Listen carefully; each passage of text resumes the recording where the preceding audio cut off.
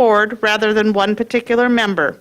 The Board of Education cannot engage in a discussion or debate in response, but will take the information for review and direct the appropriate district employee to respond. Community input opportunities are available on the district website or in person with limited seating at the district office. We do not have anybody here for participating in the board meeting for community input, but the board members all received one community input via email, and it was regarding guidelines for when the district would be shifting from hybrid learning to full distance learning. And I believe Lori Putnam will be reaching out to her. So thank you for your input. This meeting is now called to order. It is April 28th, 2021, and the time is 6:33 p.m. Our mission is to provide a safe and caring climate and culture in which we engage, inspire, educate, prepare, and empower all learners in partnership with their surrounding community to be successful in today's and tomorrow's society. Les, will you please lead us in the Pledge of Allegiance?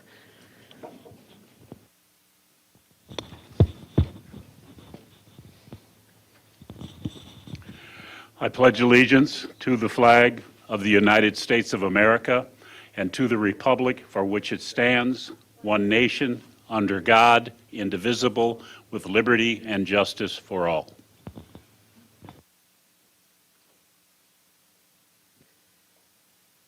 Thank you, Les. And now could you please call roll?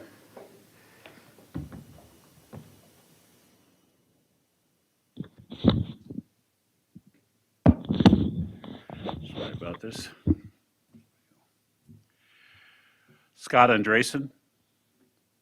Present. Al Dahlgren. Here.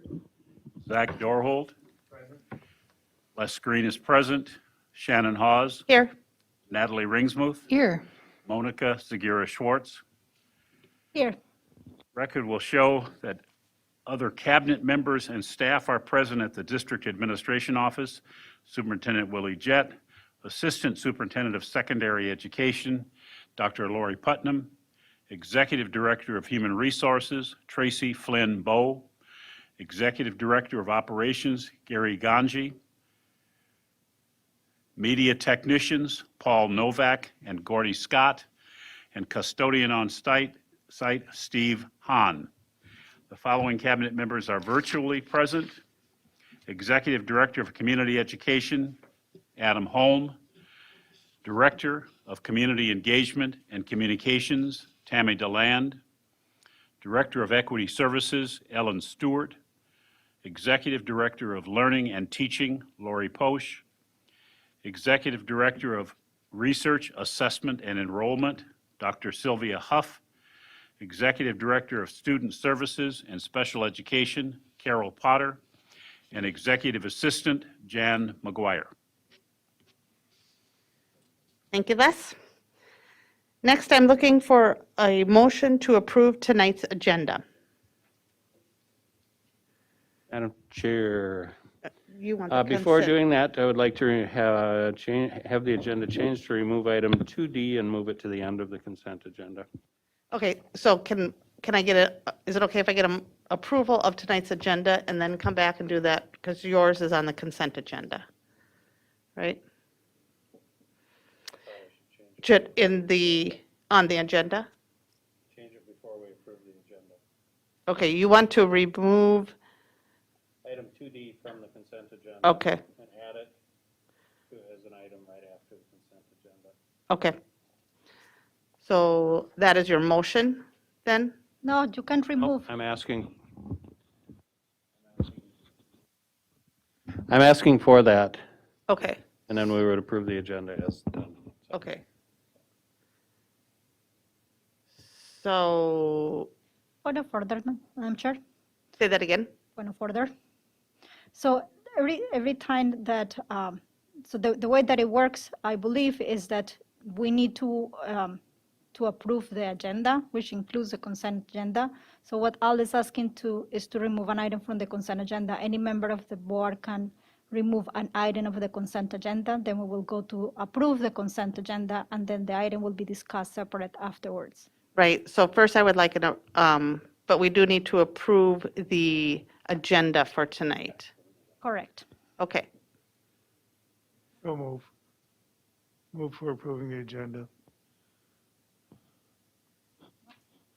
yeah, Les, please Point of help. information, the question that is really being asked, I believe, if I have my microphone on, is it on? Yeah. Is whether or not there needs to be a motion to remove an item from the agenda, or whether it's just the prerogative of a board member to remove it without a motion. So I believe that the point is that the person can remove the item from the agenda at their request and then approve the agenda absent that item. Is that correct? Well, Your it says understanding, Al? any single member may remove an item from the consent agenda by requesting removal at the time the consent agenda is moved for adoption. Right, and that is what Al has done, and it will then be discussed immediately after the consent agenda has been approved, or the approved. Okay. Right? Sound good? I just made Okay. that up, by the way, so It sounded great. reasonable. Professional. Okay. So with that removal, then I'm looking for, yeah, so I'm looking for approval of, And I need to remove it later. No, remove it now. It's off the agenda. The agenda will be approved absent that item. okay, That was So what I look- was asking for. Yes, that's what I thought. okay. So looking for a motion then to approve tonight's agenda. Scott approved it, or motioned, and looking for a second. Okay, so I have a motion by Scott and a second by Zach. Les, can you please call roll? Yes, Monica Segura Schwartz, Yes. Natalie Ringsmuth, Yes. Shannon Hawes. Yes, Les Screen is yes. Zach Dorholt. Yes. Al Dahlgren. Yes. Scott Andresen. Yes. okay, thank you, Les. So the next is the consent agenda. And the consent agenda consists of non-controversial items that the board routinely adopts without debate. Any single member may remove an item from the consent agenda by requesting removal at the time the consent agenda is moved for adoption. On tonight's consent agenda, item A, approval of minutes, meetings of March 10th, 2021 and March 17th, 2021. Item B, approval of bills and other financial transactions in the grand total amount of $3,665,598.99. Item C, approval of personnel staff changes. D is moved. Item E, quarterly expenditures for board members. And item F, call for bids, south site reconfiguration. So I'm looking for a motion to approve tonight's consent agenda, items A, B, C, E, and F. So moved. And second by Les. I have a motion by Natalie and a second by Les. Les, can you please call roll? Scott Andresen, Yes. Al Dahlgren, Yes. Zach Dorholt. Yes. Les Screen is yes. Shannon Hawes, Yes. Natalie Ringsmuth, Yes. Monica Segura Schwartz. Yes. Okay, thank you, Les. And then as a standalone item, item D, acceptance of grant awards and donations. I will recuse myself. Any other discussion? Okay, looking for a motion to approve item D. I move to approve item D. Second. So I have a motion by Monica and a second by Scott. Les, can you please call roll? Monica Segura Schwartz, Yes. Natalie Ringsmuth, Yes. Shannon Hawes, Yes. Les Screen is yes. Zach Dorholt, Yes. Al Dahlgren, is recused. Scott Andresen. Yes. All right, we survived that. Process on that. Doing this for a lot of years, and that one It's just painful. perfect for some reason. Okay, up next, information items, school presentation, Mckinley ALC, presented tonight by Al Johnson. Welcome, Principal Johnson. Glad to have you. I am glad to be here and super excited. And good evening, Chair Haas, Superintendent Jets. This is Superintendent Putnam, board members, directors, and community members. Again, just honored to be able to present to you the McKinley Area Learning Center, reintroduce to you, and then introduce to some. It's interesting times that we're living in. When right now was built, who would have had any idea that so many events would converge at the same time? What effect that would have on our children. In my lifetime, I will say, I could have never imagined it.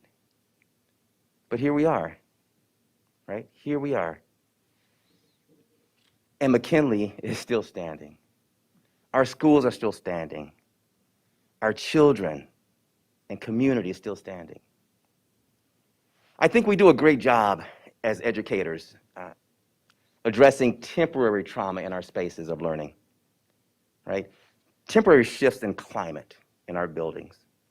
We've addressed that. It's in board policy in some places. That's a smile under here. But have we done enough focus on how to address community-wide trauma or population-wide trauma? Trauma that not only affects one space, but an entire population, country, and maybe world. It just hasn't been on our radar. Yet and still, when students enter that McKinley building and some of our other buildings, they are coming there with trauma. So how do we address that? How do we support them? I'm advocating for this space at this time, if you couldn't tell. And I'll talk about the fantastic staff we have there. At the beginning of the school year, we went on an expedition. We asked the staff if they would help us create a school vision for McKinley. Nothing that's published, just for us to go back and look back and say, hey, are we going towards these ideas as we go through the year? What we landed on was our vision for McKinley, and this is staff speaking, is to provide a safe and caring climate and culture in which we engage, inspire, educate, prepare, and empower all learners, specifically students behind in credits for graduation, students that are performing substantially below grade level, students that are pregnant or parenting, students that have experienced physical or sexual abuse, students that are chemically dependent, students that have mental health needs, students that are or have been homeless recently, students that have withdrawn from school or been chronically truant. We should strive to identify and remove barriers to ensure each student's educational success, build the capacity for students to engage and thrive independently as learners and citizens, facilitate each student's acquisition of essential academic and 21st century skills, and empower staff, students, and partners to be active members of an inclusive school community. There's a lot in there, but McKinley is quite complex.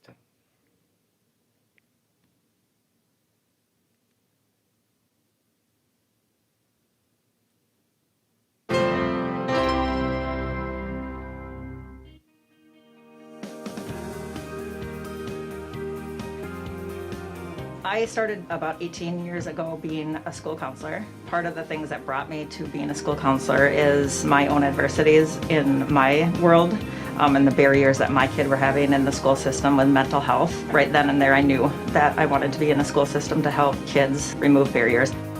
Most of the kids that come here have barriers. My job here is attendance. Yeah, it was literally just super loud. All of our teachers and staff here kept in contact with our high-risk students. There was a lot of kids that decided to go to work instead. We were able to still work with them to get their academics and work at different times than the typical school day. As a McKinley team, that was just awesome to see all of us. Absolutely, because I don't want you to miss a word.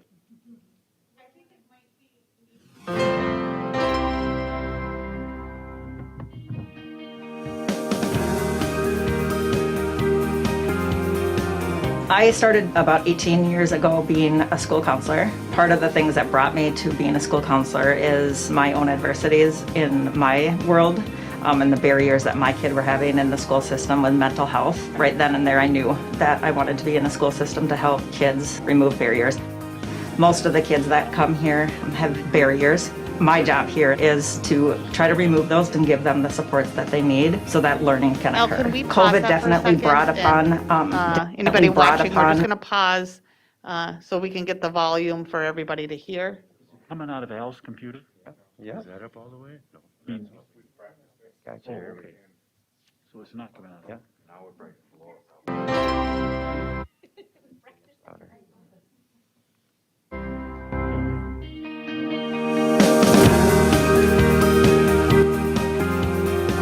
I started about 18 years ago being a school counselor. Part of the things that brought me to being a school counselor is my own adversities.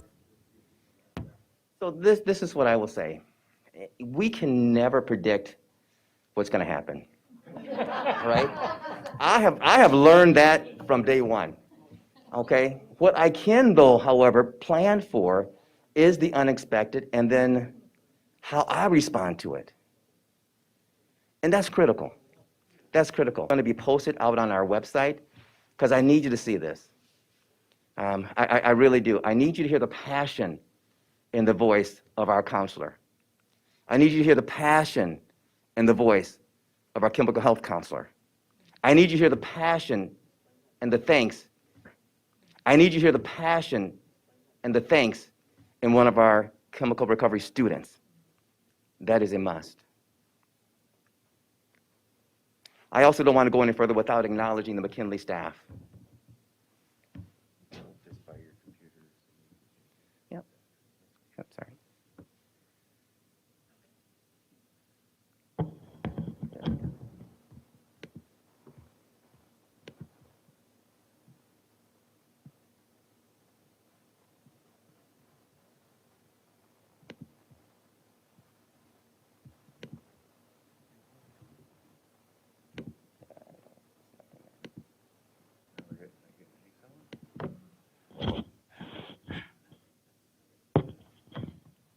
Yeah. And now there's no sound. So I'd rather move on. Okay. Yeah, that's okay. Thank you, though. And as I was stating, the Mckinley staff has done, and as they always have done, a phenomenal job working with our students this year. As students come in, as students have switched from learning model to learning model, that can be traumatic. Coming in and out of the building, because at Mckinley, as it is in most schools, but specifically important to Mckinley, is the relationships that are formed and built there. As you look at the screen, you never know who that student's person is going to be. And when they're absent from the students' lives, that makes a difference. All of our partners, from our bus drivers to our custodians and everyone in between, there's no hierarchy there. So I want to thank all of them for their tireless support of Mckinley. And I want to thank you all as well. Now, when you came in, you would have noticed there's something on your desk. You are now officially Mckinley Panthers. So you can show off those shirts, and we want you to wear those with pride. As I stated earlier, when we began the school year, we wanted to dig into who we are as a building. We did an activity to identify our values, collectively, our core values. And these are what we came up with: family, compassion, kindness. And as we were writing that mission for our building, some of the other teachers had some other things that they wrote as well. One teacher wrote, "I want the kids to know that this is a safe space where they can start over every day, no matter what happened the day before. I want the cycle to be broken in the kids' lives where it needs to be broken through resources in and out of the building. I want to connect these students with their passions and help guide them to success in these areas."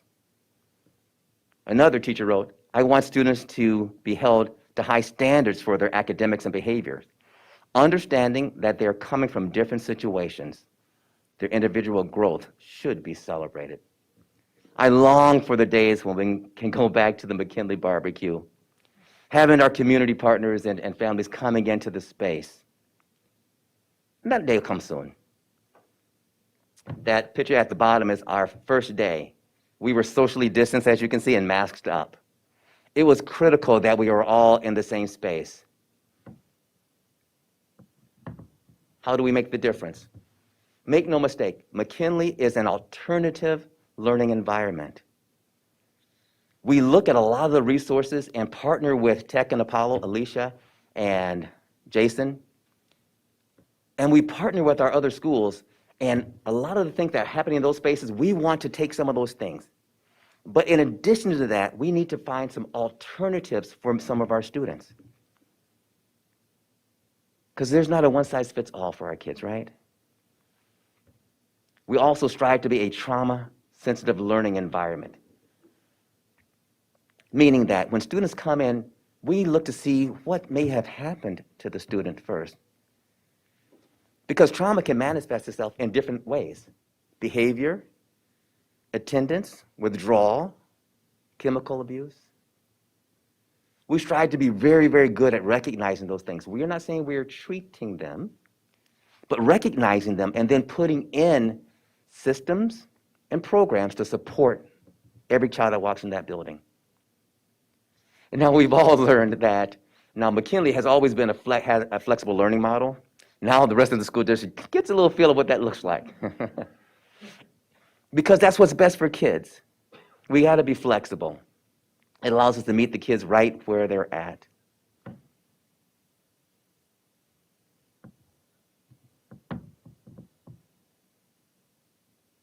When students walk into McKinley, when families walk into McKinley, when community members walk into McKinley, we want them to feel welcomed.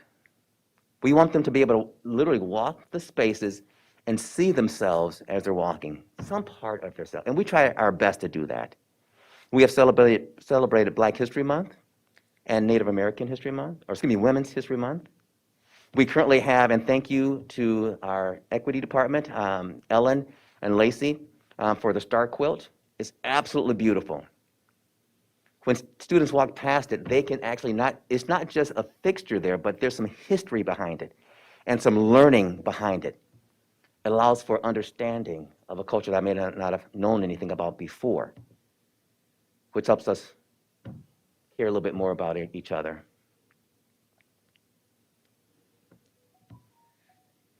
At McKinley, our PBIS model, what we have here is ROAR: respect, optimism, responsibility, achievement, and safety. We added on the safety this past year. It's important that we, as we do all the other things, that we also keep safety in mind, especially in this time of a pandemic and going forward. Physical safety, emotional safety as well.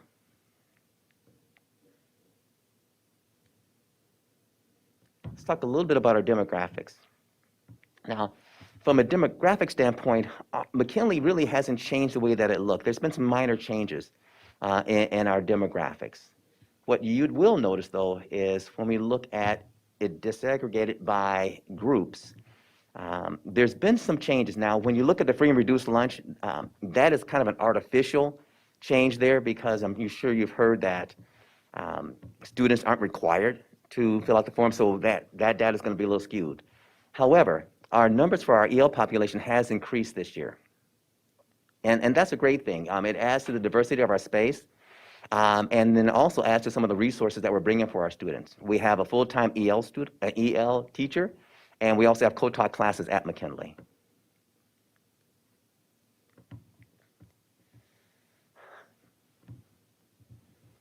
I have seen our attendance make a shift. And it shifts when we are in different learning models at times. It could shift because of how students engage and don't engage. That is one of the main reasons we have attendance as one of our SMART goals, or one of our goals on our school improvement plan. We really want to be intentional on how we're seeing our students and how we are giving them multiple ways to show that they've engaged in the education of their building. If they need additional support, We have our support staff that has made thousands of calls. Where are you? What do you need? I'm available for you.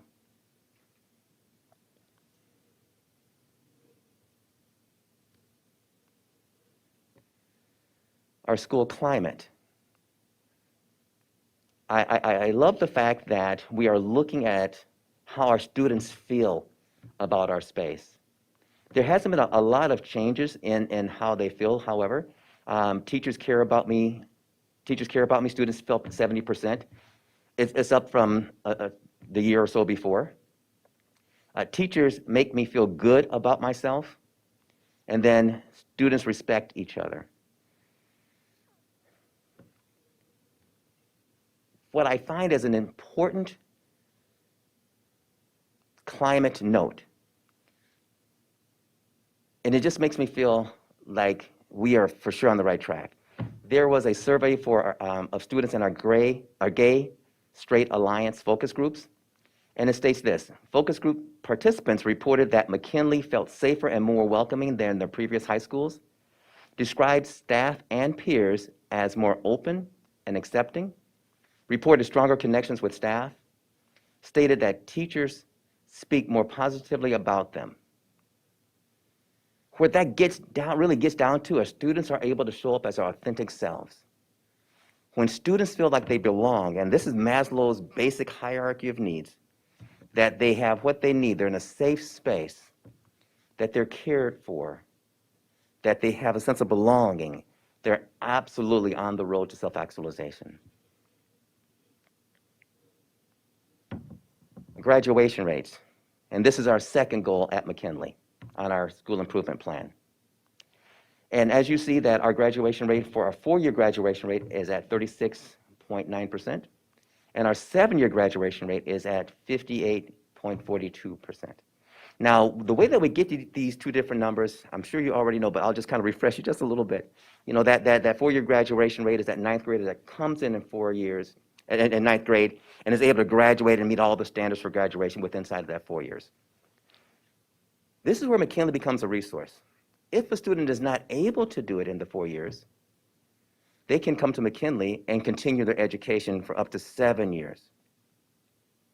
We become a great resource because when we look at, and I'll pause there before I go to our 7-year rate, and we do look at these things because it's important to know who is succeeding, right? And what groups do we want to continue to focus on? I think it's really important that we understand our data so that we can build in additional supports.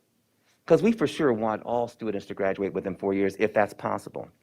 But as you know, as my speaker will attest, life happens and that can be unpredictable. And so we want to be prepared for that. I've seen a student that got the bad news that they weren't able to graduate on time. That's traumatic, that hurts. So let's now bring them into a space where we can give them hope and give them a clear plan so they know how they're going to get to where they need to be.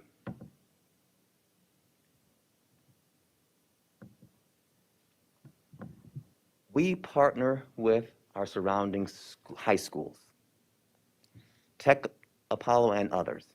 Now, the number of graduates, and I just recently looked at this here, from our surrounding schools is not very significant. However, it is added in here.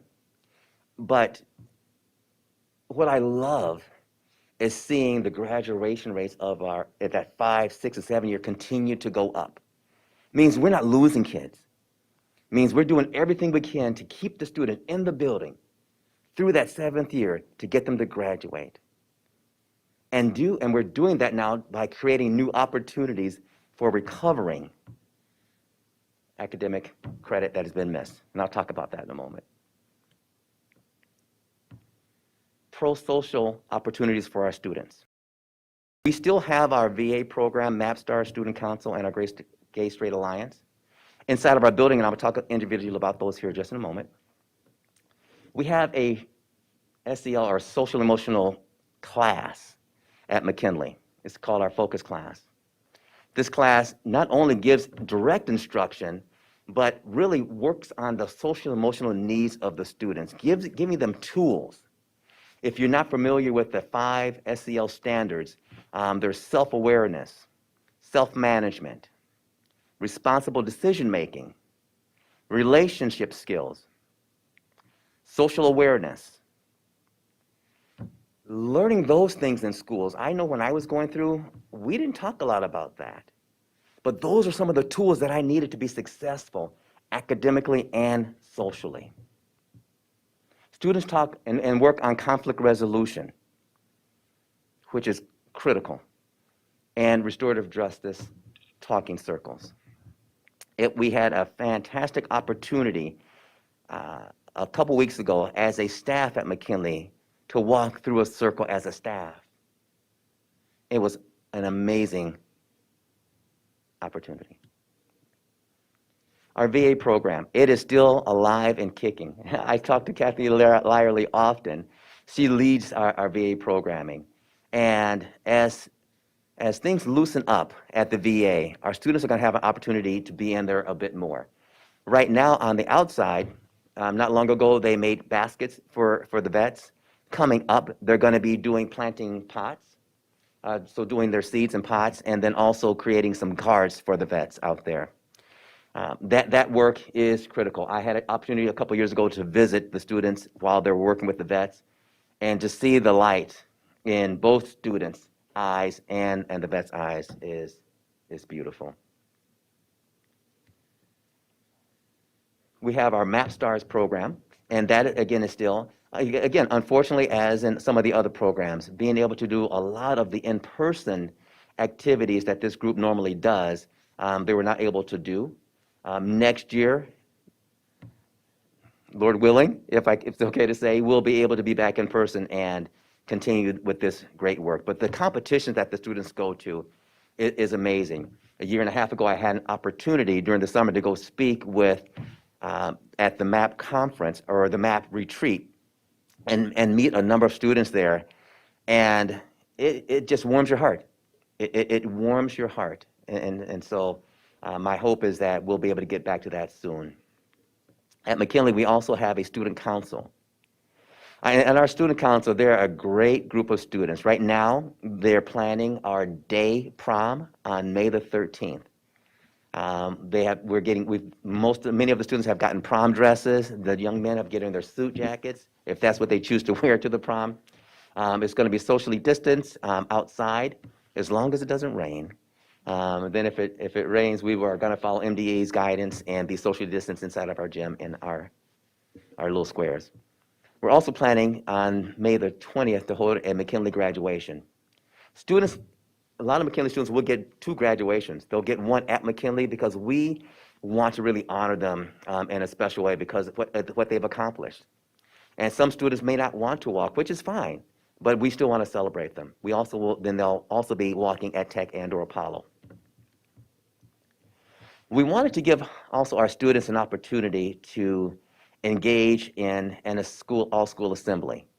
And knowing that we couldn't have anyone come in person, we did a virtual assembly, all school, and it was great. Students did fantastic. But not only the assembly, J.C. Poole, who did the Teen Leadership Summit, he came back 2 weeks later and worked with a smaller group of students to identify that is getting student voice. What are some of the issues at McKinley? What can we do better? What are you struggling with? And students talked about anxiety, depression. I'm worried about graduation or even trying to fit in. He then challenged them, okay, so what are the solutions going to be? And they came up with some great solutions, like a safe zone, self-esteem workshops, bi-weekly meetings for us to come together and talk about our issues. I think those are fantastic ideas and things that we're going to look to implement at McKinley. Academic opportunities. And this is where, I get excited. Because we know that there's been a lot of challenges. So this year, working with the all-school, we've looked to give everyone a voice and have some perspective in some of these decisions. And not only our counselors at McKinley, as all the counselors are fantastic, I just have watched them work some tireless hours. Grateful for what they do. This year, we have added some additional time for our students to recover credits. Typically, in years past, we started night school 2 nights a week in October. This year, we started night school in September, 4 nights a week.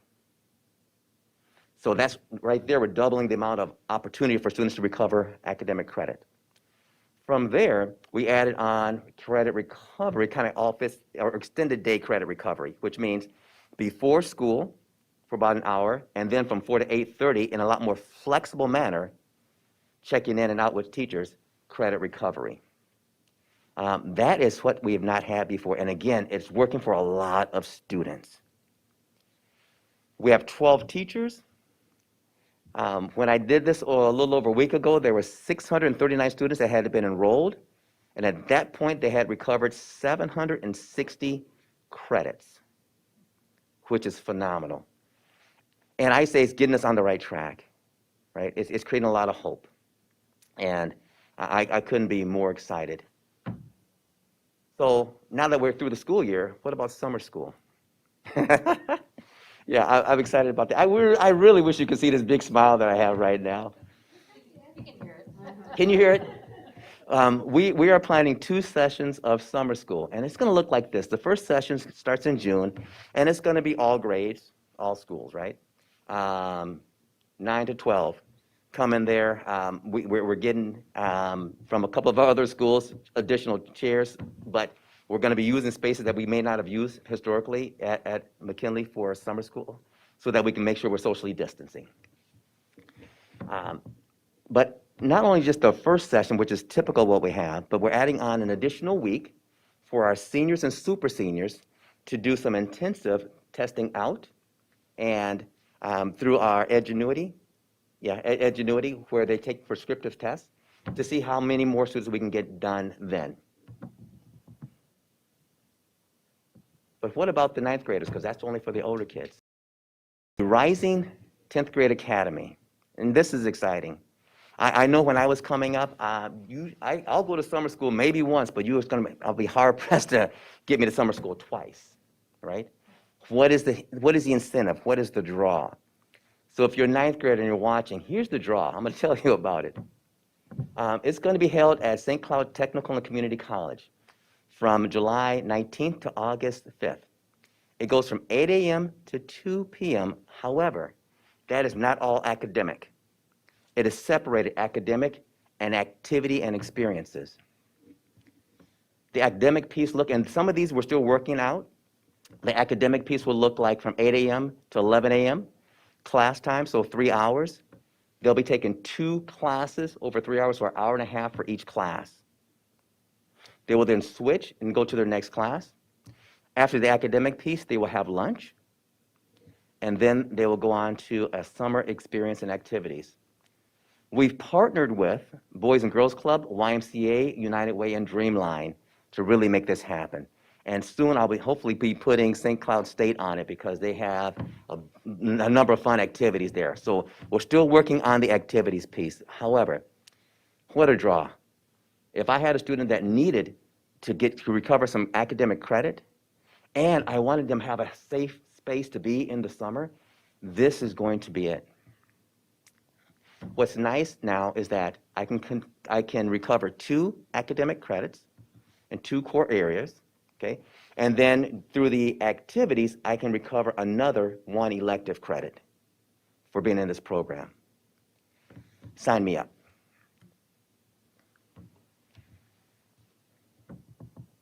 As you know, or may not know, McKinley has 1 of 6 chemical recovery schools in the state of Minnesota, and there's only 31 in the country.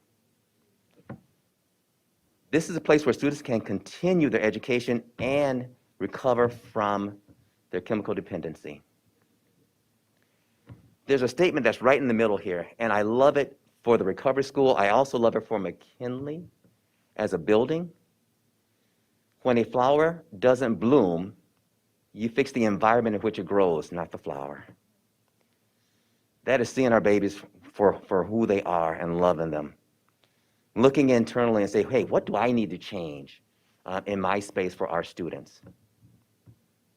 Some of the goals for the recovery school is to decrease involvement decrease involvement of participating students in the juvenile court system, increase school success, minimize individual and/or group involvement in identified at-risk behavior, foster healthy choices, and assist students in maintaining recovery.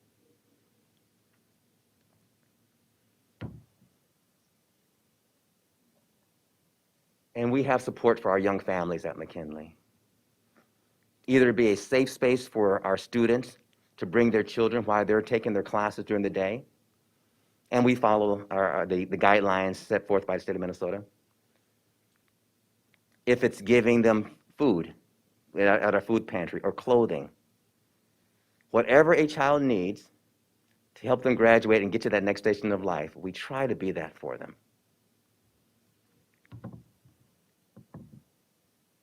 And then lastly, some years ago, I showed this picture, and this will always be a picture that I hang on to. You never know what the actions you take, the seeds you plant, how they're going to grow. Right? So these young men come back after a year or so and show off their Marine uniforms. Super proud of them. And so that's what we look to do. We look to change lives at Mckinley. We look to be a resource to the community. If we can be innovative and add on programs, let's try it. We're open to that. Because at the end of the day, we're here to support our students, staff, and families. Thank you, and I'll be open for questions now.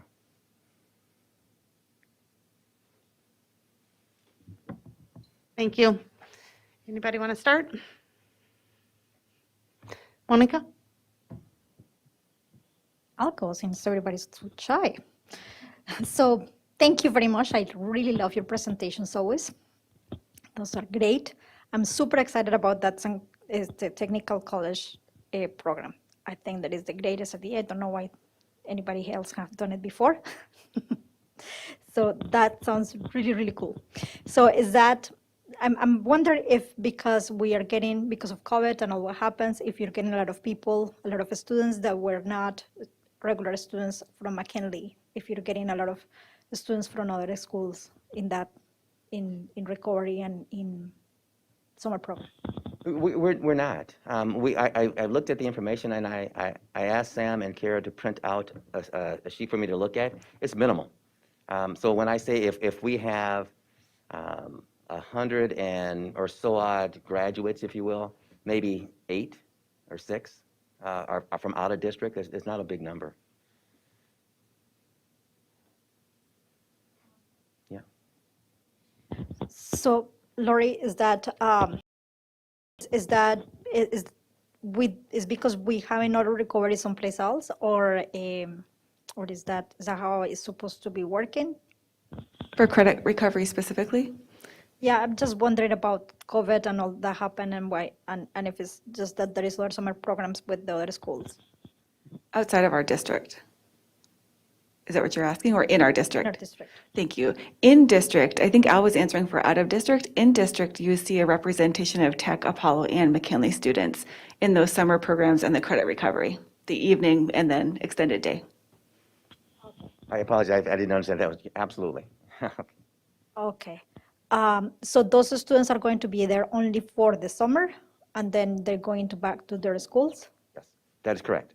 That is correct. Yeah, just there as they would most years for credit recovery. The hope is that our rising 10th graders, is that the ones we're referring to, our rising 10th graders can recover enough credit over the summer so that it lessens the load of what they need to recover going forward once they return back to their home school.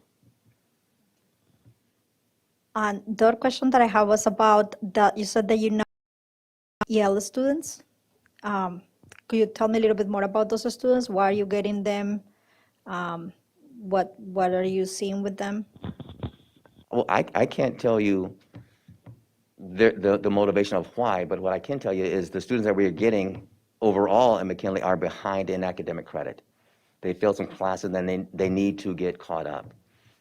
And I'm not sure, because I have not looked at Tech and Apollo's data to see what their achievement looks like. But as St. Cloud grows, I would imagine our demographics in the different area population is going to reflect that as well. So I wonder if Lori can shed a line on that one.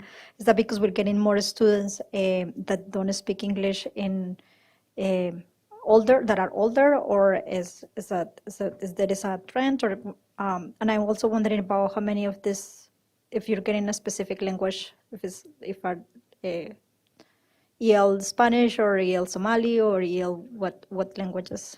The majority is EL Somali students that's been coming in, and it's more male than female that I've seen at McKinley this year. And Lori can sure chime in, but as we see our students who are coming here, particularly our Somali students who are coming without their literacy in their native language, we know that it takes longer to master that academic language, and so our students are transitioning to McKinley because it is such a rich opportunity to make up the credits once they've got the more of those academic English skills. It puts them on a faster track to graduation compared to the more relatively rigid schedule of Apollo or Tech, because those aren't designed as alternative learning centers, so they can make up far more credits and hopefully graduate prior to that 7-year mark. But if not, they know they've got a safe, consistent place to hit that 7-year mark. So is your EL program growing, different? Are you working on it? Is it, or how does it work? Definitely growing. It's growing. So if I were to go back 4 years ago, we had maybe 1 or 2 classes of EL, and it was more push in. The teacher would go into the classes, and then they separate just for a small amount of the day. Now, a full-time EL teacher teaching classes most of the day, and then doing a co-taught class in the day as well. And so that's a tremendous amount of added support for our EL students at McKinley. And my last question is, what's up with the garden? What's going to happen this year with the garden? Have you seen the garden? When was the last time you were at the school? Because I literally just did my spring cleaning about 2 weeks ago. I took out all the, I had probably 200 sunflowers that bloom. The tulips are going to be coming up soon, and the flowering crab is going to be coming. So it is poised and ready.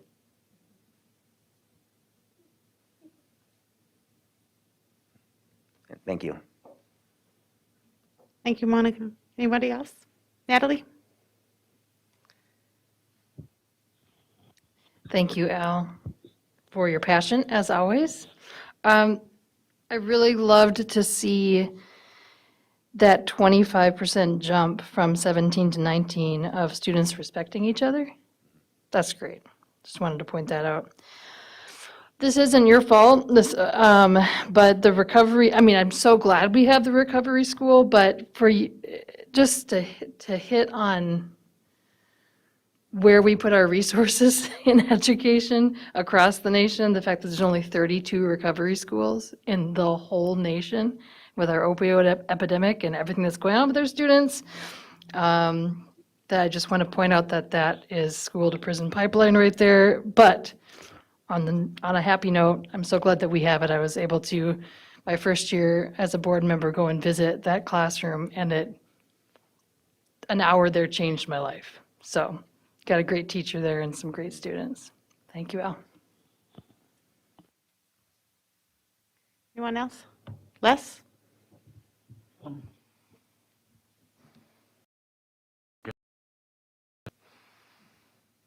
was interesting that by the way, it's a great presentation. You and I I remember the last time you made a presentation, which was many, many years ago. And my question at that time was, and I think if you remember that, would it be possible to simply take your program, we're at the same school then, and insert it into our normal, usual, regular education program? You've asked that question again, I think, in when a flower doesn't bloom, you fix the environment in which it grows, not the flower. My reaction to that was, I mean, I sort of blanched at a sec when I thought about it, but then I realized, I said, convert that to a human, not a flower. How do you change that environment? Well, you just showed us how you changed it.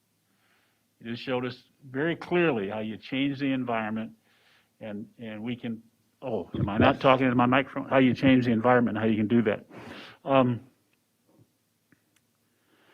The other question I have, I'm just wondering, when we go to the academic portion of the summer school, I noticed that at some point, the academic part of it, quote, ends.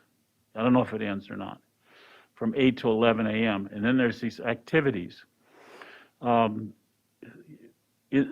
I'll ask the question and make the suggestion at the same time. I'm wondering if the activities, which go on for some period of time after that, can be somehow, as some author had talked about, playtime, converting playtime to work time, and work time was playtime, and it didn't make any difference. They're both the same thing. That we could continue the credit recovery inside of the activities, so we don't. I mean, it's not just that the whole program from 8 o'clock till 2 o'clock is involved in credit recovery, which is another environmental change. Noting the kinds of things that St. Cloud State has in terms of some activity things that and other places have, if we could do that. So that's a question and a suggestion. If you can either say, yes, we do, and don't have to worry about the second part of it. And that absolutely is a hope, because there's an opportunities gap. There's an experiences gap that is causing and could lend towards students not being as successful or engaged in school. And so through that next 3 hours of the day, if we can expose them to a climbing wall, for example, right? And we have 1 or 2 students that really get onto that. I know Apollo has a climbing club, right? Another entry point to be engaged into something. Swimming.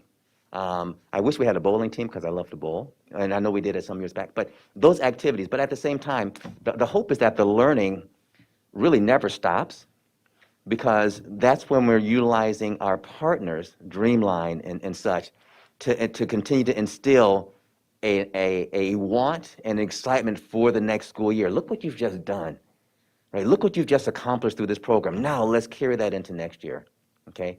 And so that's what, again, so as we're still working on those details, there must be that academic piece, in a sense, connected with the activities. Well, but my question and suggestion was to not allow the opportunity to be lost to simply use the activity as an academic. Student can, in fact, recover credits during that activity, because they're learning. I mean, I've watched the climbing wall. I understand that and understand the stuff they do out there. Being able to trust people at Ivan over there at the university, having people drop off those things they drop off of, and begin to trust people and develop relationships, and knowing how to do that is a quote academic skill that a lot of these kids, if they had it, would be, as the kids that went to the Marines or came back from the Marines, had learned somewhere. So that's all. I'm in agreement. Thank you. You are much more I'm in agreement. versed at this than I am, and I'm just sort of floundering in a pool, so. Nope, thank you. Thank you. I'm in agreement.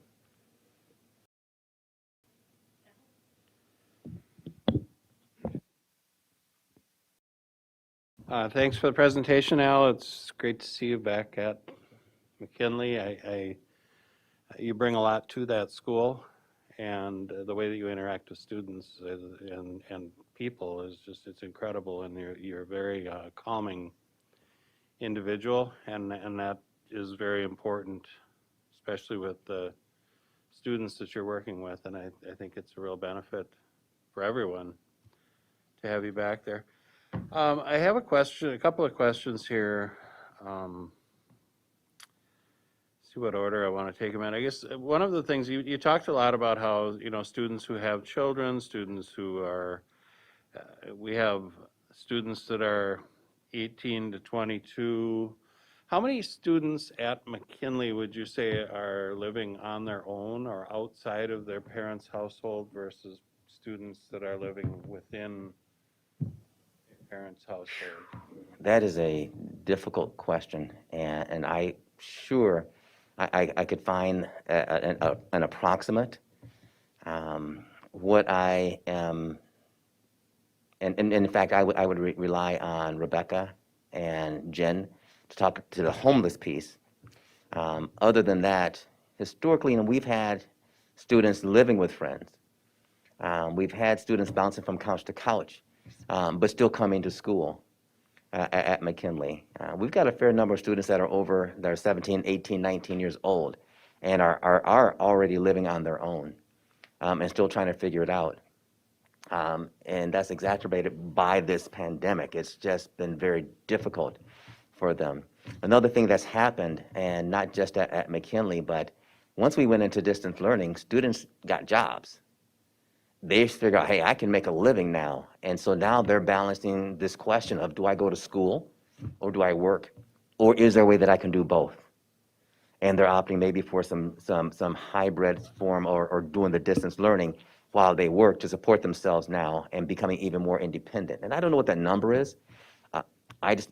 Our work experience teachers are keeping busy because a lot of our kids are still working. So, but I can get that for you because I think it's important. I think that's an important trend that we need to look at for coming through right now. Even 16-year-olds working right now, right? So as soon as they can get a job, they're working.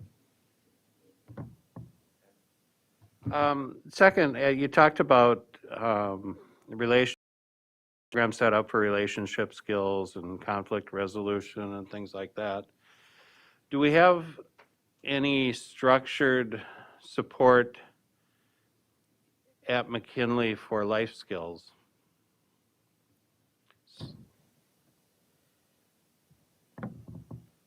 Cooking, cleaning, checkbook, just daily routine. How do I manage my life? That's a fantastic, a couple things on that. So one of the goals of the focus class is to give them that, to give them a lot of those soft skills that they're going to need once they leave the space. And I think that is critical. But that class doesn't teach you how to balance a checkbook. However, partner with Dr. Putnam and our learning and teaching department and looking at a program that gives students that Algebra 2 that they need to graduate mixed in with financial literacy. Okay, and a number of other things that students with those real life skills you're talking about inside of and under the lens of a math class, which I think is absolutely brilliant and critical. And so that's the next stage of McKinley. We're running out of school year, but the plan is going to continue through this year into next year with the hope of rolling that out next year. We started talking about that at the beginning, towards the beginning of the year, and we got deeper, the deeper we got into it, found that there's someone that's already doing it. And so now it's a matter of how can we tailor that to fit what we need here. I think that would be a really important piece to that, a really important addition to that school. Third question, it has more to do with the results and just looking at graduation rates, and on the screen up there you had McKinley rate, and then you had the District 742 rate, and then you had the state graduation rate. Mm-hmm. And it's kind of hard to compare a four-year graduation rate with the district and the state when you have a school that's designed for students that don't graduate in 4 years. I mean, the purpose of your school is not to be a shining star on that particular number. But is there a way that we can compare McKinley with other similar schools throughout the state? Because I think you'd probably shine. What a fantastic question. And so yesterday I'm actually with some other alternative high school leaders waiting for MDA to get on the line with us to ask that question. And I said, I'm okay, and we want to be, like I said, a resource for our other high schools. But when graduation rates are recorded or reported, I would like to see area learning centers and alternative high schools reported, so then we have a gauge on how we're doing, okay, because we have the similar students, and then high school separately. You can always do it collective, right? And everyone else, I said, "Well, why hasn't this been done? Where did it come from?" And no one's like, "We don't know, it is what it is." I think we need to have that change so we can have some information, because alternative high schools need some wins also as it relates to this graduation rate. We need some wins. Our wins, as I see it right now, again, as we see Tech and Apollo's 7-year graduation rate go up, we've partnered with those schools, and so we're both celebrating those. Okay, I'm I know you have pull, Al, glad to hear so. that. So, that's all I have. Thank you.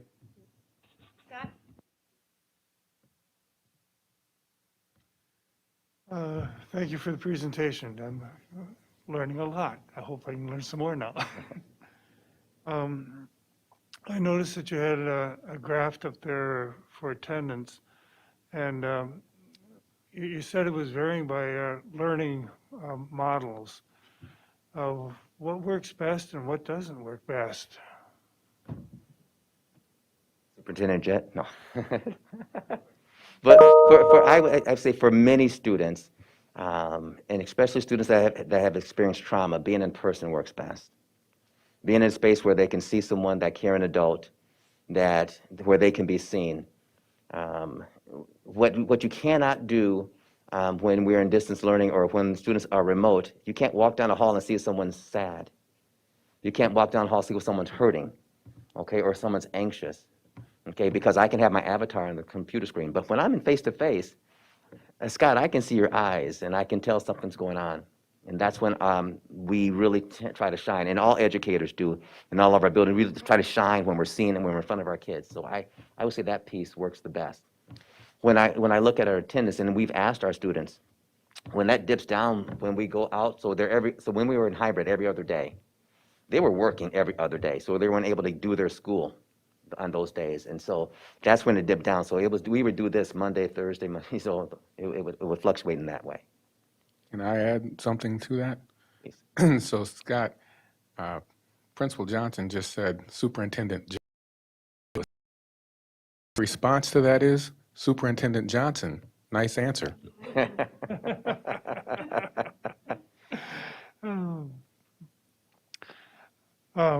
You seem to have lots of different building. Some of them I've heard of, a lot of them I haven't. So I just sort of picked one that I hadn't.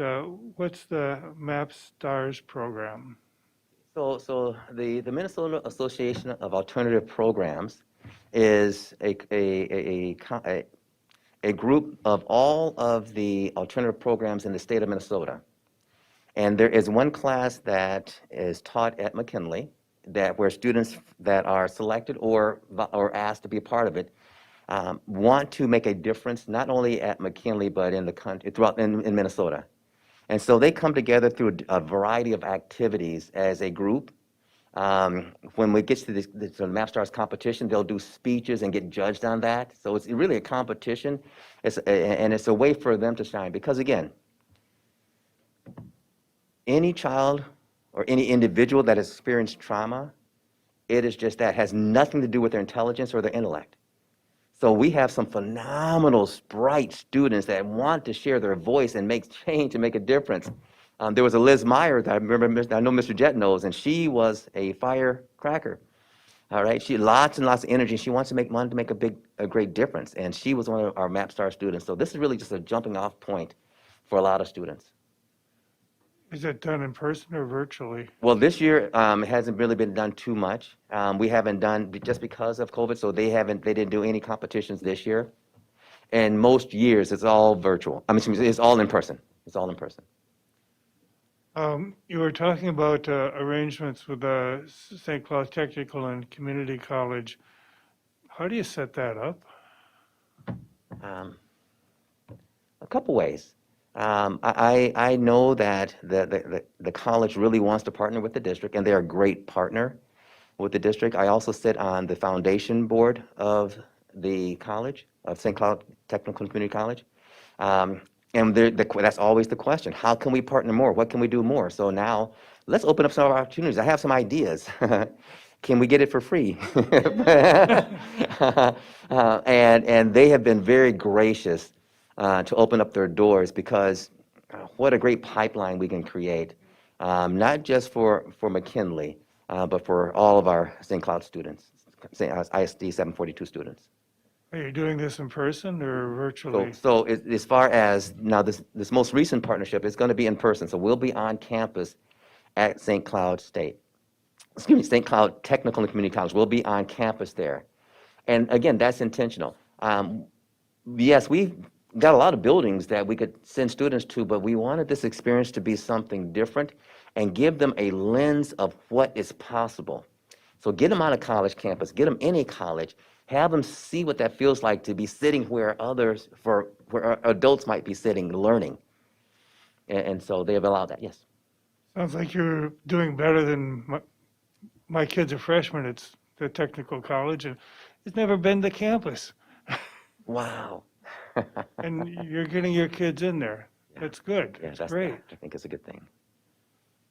The credit recovery program, is that the same as summer school, or is summer school part of that, or how does that work? Thank you. And I've got to work on my language on that. So there is a overarching theme of credit recovery, okay? How we get to credit recovery is through night school, through extended day, through summer school, and then our new Rising 10th Grade Academy. All of those pieces, so all the students that are involved in those programs are in credit recovery. There's no original credit being given during any of that time. Okay, I had kids go through that too, so I know it.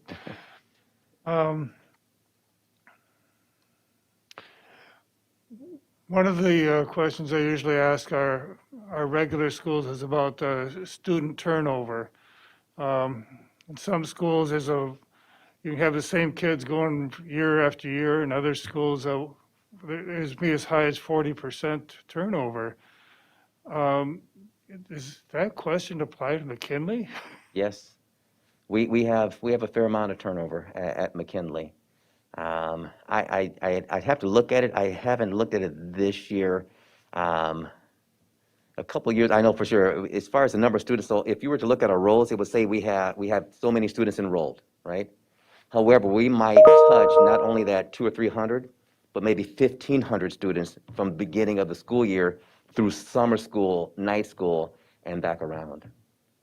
Okay. In this social emotional area, is there any place for something like a service dog or an animal that would work in your environment? Would I like that? I would bring Kendall, my puppy, to the school every single day. Right now, that's not been a conversation at McKinley. I would defer to my colleagues at the district office to say yes and allow us to do that, because that would be wonderful. But at the same time, we would want to have student voice and parent voice in that conversation to see if that's something that would be suitable for our building. You've mentioned that you have a chemical recovery program. Mhm. How many chemical recovery therapists do you have, and how does the program work? We have one chemical health counselor at McKinley. She's full-time, and she's working with, it can range anywhere from 3 to 6 students. So the program, as students go in and out of sobriety and graduate, it fluctuates. And it's a regular day for the students with one caveat. So the students take all of their core classes in the classroom. And right now, being virtual, teachers will rotate virtually with the students, which is fantastic. They also have a part of the afternoon when they actually have their treatment time with our chemical health counselor. And they meet for about an hour or so It's been wonderful that it's been nice out because they've been able to meet outside at some points, right? And so that happens then. One other nice thing, and our Jenna, our chemical health counselor, she's fantastic. She also meets with the students over the summer. And they may meet down at Munsinger Gardens. They're all socially distant, and so that she can continue the relationship. Because staying sober, relationship is a big key on that. Is that part of the school program then, this summer? She's full-time, yep, yep. It sounds like you're running kind of a chemical dependency group rather than individual, or is it both? It's both. So there's group time that she works with the whole group, because that's needed, their check-ins, what's the best thing to happen to you today, what's something that kind of sucked. She goes through all those conversations, and then she has her individual meetings with the students as well to see where they're at.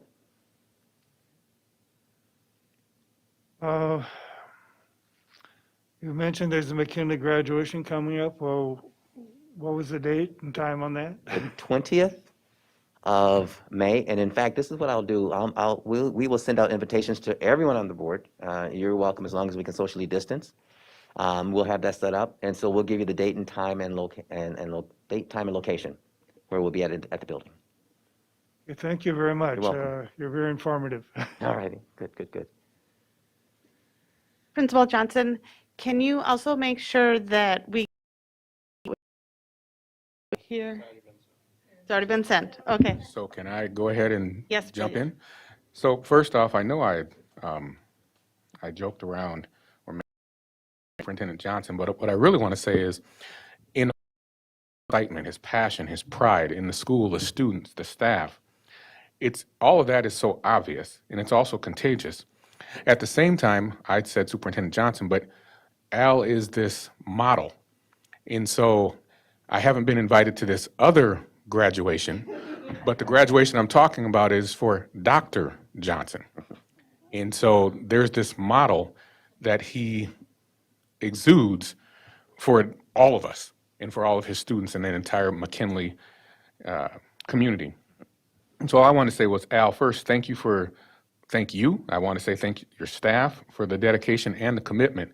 And you talk about one of your sayings, I know, is it takes a village. With that being said, Tammy Deland, who used to work at the McKinley years and years ago, as she's watching this go on and your video wasn't being shared and she recognized that, she came to your aid. And so as a board, if you go into your email, so Tammy has put the video, all the board members. So Tammy, Al is saying thank you for that. Thank you. That's it. You're welcome. Wear them with Panther pride. We will, and we're very proud of you too. Thank you, community, and sharing your passions. All right, thank you. Next up, we have an action item, resolution proposing renewed or placement on unrequested leave of absence, presented tonight by Tracy Flinbow, Executive Director of Human Resources. Good evening, Chair Hawes, board members, Superintendent Jett. As we've been talking over the last couple of board meetings about our staffing process, tonight is one of those pivotal events in our process. You have in front of you a resolution for the non-renewal of probationary teachers. We have 19 teachers on that list tonight, which of course is a small fraction of the 900 or so teachers that make up our teaching force. But of course, it's a very personal decision for each of the teachers that are on this list. So I want to assure board members that each of these teachers have been notified personally by their principals of this action for tonight. They all will also be supported throughout the rest of the year, not only by their principals in buildings, but by the SCEA in their work with these teachers. And our hope, of course, is that as the school year wears on, that we'll be posting open positions and may yet find matches for these teachers, because most of this work is just due to the inability to create a match and an assignment for teachers at this time in our staffing process. So I'm looking for a motion to approve the resolution relating to the non-renewal of probationary teachers. As chair of the Personnel Committee, I will formally move the resolution, non-renew. Second. We have a motion by Les and a second by Monica. Les, will you please call roll? Leslie Green is yes. Zach Dorhold, Yes. Al Dahlgren, Yes. Scott Andresen, Yes. Monica Segura Schwartz, Yes. Natalie Ringsmuth, Yes. Shannon Hawes. Yes. Thank you. Next up, another action item, naming of the Anderson Avenue site, presented tonight by Gary Ganji, Executive Director of Operations, and Willie Jett, Superintendent of District 742 Schools. So I will go ahead and start, and I will say good evening, Chair. We recently purchased the Anderson Building, the future home of many of our student services and educational programs. We are excited about the opportunities this facility creates for our students, our staff, and for our families. Knowing the importance of this facility, we needed a name for the future school that befit the great learning it will hold in the near future. I asked Gary Ganji, Executive Director of Operations, to lead the committee tasked with naming this future school. As is his usual, he carefully approached this task with thoughtfulness and selected a representative committee to participate in this process. Gary is here tonight to share the work done by this naming committee. So without further ado, Gary. Thank you, Superintendent Jett. This was a fun committee. It really was. A lot of energy in this group. It was a good cross-section of the community, and I'm really proud of the work that they did. So before we get to the actual names for you to review, I want to talk a little bit about the process. We followed Board Policy 899. We talk about policies often at these meetings, and we have 3 readings, and it was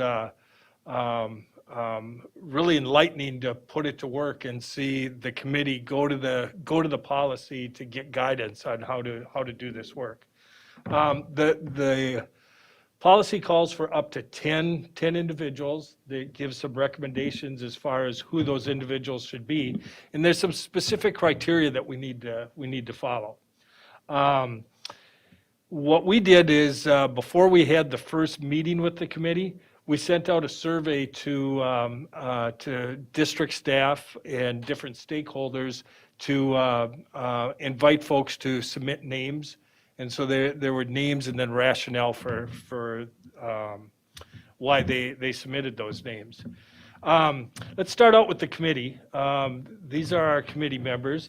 We had Hani Jacobson, who is our business community rep. Hani works for Centricare, also has students in 742 and has served on many 742 committees. We had Jeff Polrees. All of us know Jeff. Jeff stepped up and served the role as historian. We put Jeff to work. Made him do a number of Google searches before we began the process, and Jeff stepped up like usual. Capria Jackson Watson is a parent of a student in the Riverwoods program. Adiri Cross is a staff member at Riverwoods. Polly Alencio is a staff member in the InStep program. Our friend Carol Potter, who does the executive leadership to the programs that will be in this building. And then Kate Bukowski and Brenda Blackmore, who are program administrators. I also want to point out that we couldn't have done the work without the help of Tammy DeLand, Ryan Cox, and Chris Hatch. They were instrumental in helping us get through this work. So the committee work, we met 3 times for a total of 4 hours altogether.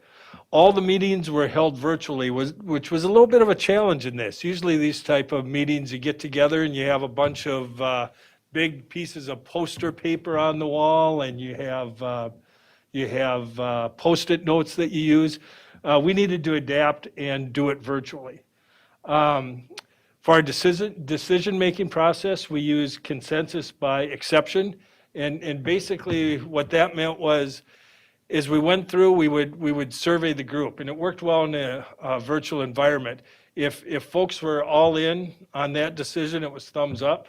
If it was a decision that they weren't quite all in, but they could live with, then it was more of a neutral. But if it was the type of decision that was not acceptable to them, and they wanted to have more discussion, then it was thumbs down. And it was really a quick way to take a look and see where everyone's at. The first meeting was organizational for the group to get to know each other. We had, as you can see from the group, we had a number of folks that probably didn't know each other. And so we did introductions. We talked about group norms, what the rules of the committee would be, for lack of a better description, but what everyone would be comfortable with. And there were things like allowing everyone to have a voice in the room, confidentiality. We don't want to be talking about what the names are before it comes before the board and the superintendent. We talked about the history of building naming in St. Cloud. Talked about just, over the past 100 years, how buildings have been named. And then we talked about, particularly with this building, we wanted to talk about the difference between naming a program and naming a building. And this building will house many programs, a number of programs, and each of those programs will have their own name or own identity. And we talked about how the building needs to have its own identity because it will change over the years. And as many of you know, I've been around a number of years in the district, and I gave examples of the many different programs that were at Roosevelt and the many different programs that have been at McKinley, that the name stood, but the programs within changed. The second meeting began with the group reviewing all the submissions that came in, which were a total of 18 at the time. And what we had done is we broke folks out into two smaller groups. Within these breakout rooms, they read through all of the names, all the rationale, and then had a brief discussion on those. From there, they did some individual review, and we used SurveyMonkey. And each committee member went through and they rank ordered the 18 submissions. And what they did is we had a pretty good discussion on some criteria, so that we were all using the same criteria to rank order. And it basically, the criteria was about significance, community relevance, and the long-term impact of the building name. At the end of the second meeting, the group had come up with two names, and the board policy calls for us to bring forward to the superintendent 2 or 3 names, and the group really wanted to come forward with a third name, but the group felt, looking at the policy, that we had some work to do yet. And it was basically around that the group felt that there was a need to meet one more time to consider gender and racial equity as it was outlined in policy 899. And so what we did is we tasked everyone in the group to come up with doing some research before the next meeting, and got together, and they came with 8 more names. And so altogether, through the whole process, we had 26 names that were considered. And so we met, and they pretty quickly came to consensus on a third name to submit, and that's what we have for you this evening. So last Thursday evening, the group submitted to Superintendent Jett these 3 names. And I'm not a big fan of reading everything on a PowerPoint presentation, but I think this warrants that I read it, since you're looking at it off a screen. The first name is Sterling Education Center. And the person that submitted it said, "This name means genuine and valued. It helps display that everyone who walks through the doors of this building are valued and are genuine. This is a fitting name, as educators, students, and our community all need to be valued and seen as individuals who they are." The second name that came forward was Paul Kinney Education Center. Paul Kenny was a longstanding member of the 742 education community who cared so much for students. He also always helped those in need. He was the first principal of Apollo and viewed as a visionary. And then the third name that was brought forward was Catherine Johnson Education Center. Catherine Johnson was a NASA mathematician whose work was instrumental in the success of the early space program. Catherine's work became known through the, excuse me, the movie Hidden Figures. The name aligns, excuse me one second.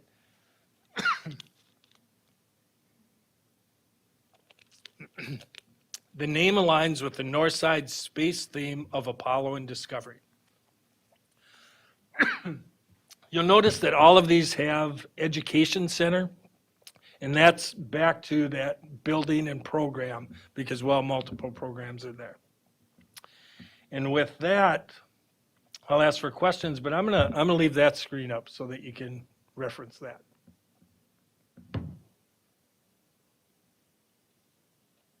Can you explain steps then that are needed in the timeline? Are you looking for a decision, and is that decision here by vote of solely board members? Am I correct in that? Yes. This is an action item.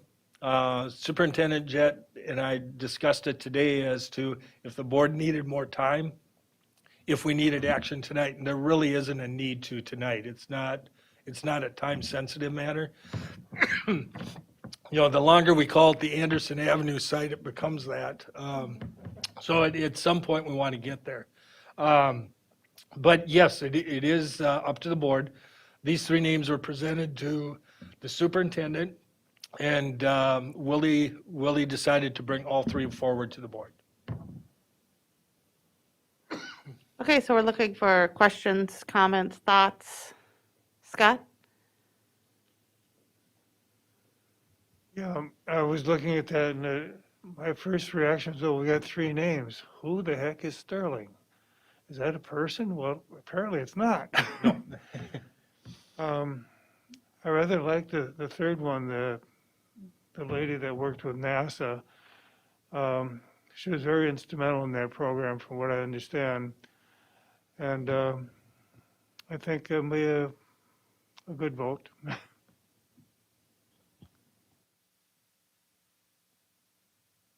Monica? Yeah, I like Catherine too. And I was thinking that you have done some research, or the committee, you mentioned, had some research about equity. But I didn't get how is that seen, or what they research about. So is there a recommendation to choose a name of a person of color for a building because we don't have buildings named after people of color, or what is what they look at, or maybe a woman will be ranking higher up because of the less women? They didn't come with the recommendations, so I'm wondering about the research. Right, and the committee wasn't tasked with a recommendation, it was tasked with bringing two or three names forward, so we were very careful about that. At the second meeting, the names that came forward didn't have that piece that's outlined in the board policy about gender and equity, gender equity and cultural equity. And they took their work seriously, and they said, we haven't completed our work. Let's come back and come up with a third name that would meet that criteria. Al? My way of viewing it is that there's a couple. Number one, I always feel like there's a danger in naming a building after a person, because that person, alive or dead, the views of a community towards that person, whoever it is, can change over time. And anytime, like if I look at Apollo or Discovery or something that's named after a program or a It's not as much of a risk as naming it after a person. I look at Paul Kinney, and while he's a wonderful person, I really believe that his name deserves to be a part of something at Apollo. That's where he was principal. He was the first principal. If we're going to recognize Paul Kinney, and we can now because he has passed, but I do believe that Apollo would be the correct building for that. Catherine Johnson, I don't see her as related to our district in any way.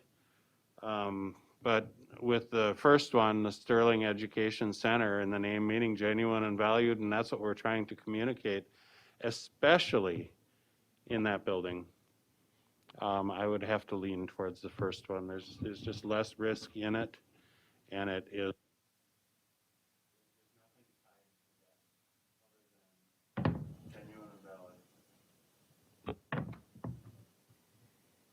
Monica?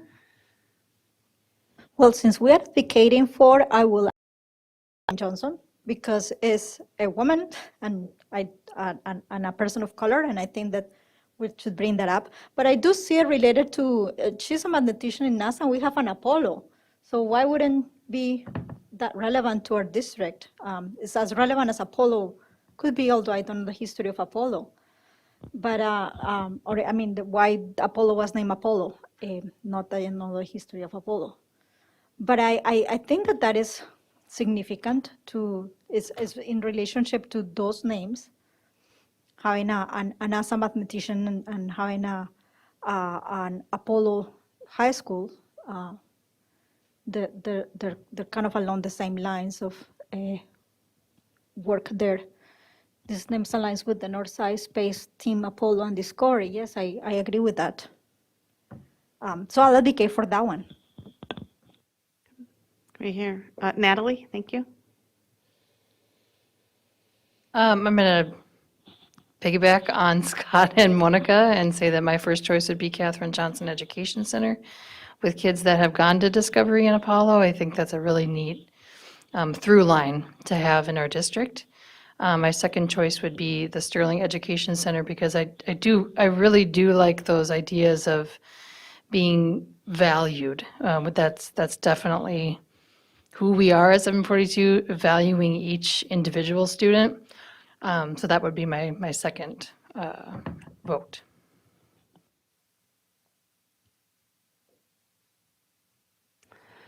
Les or Zach, care to chime in? Any thoughts?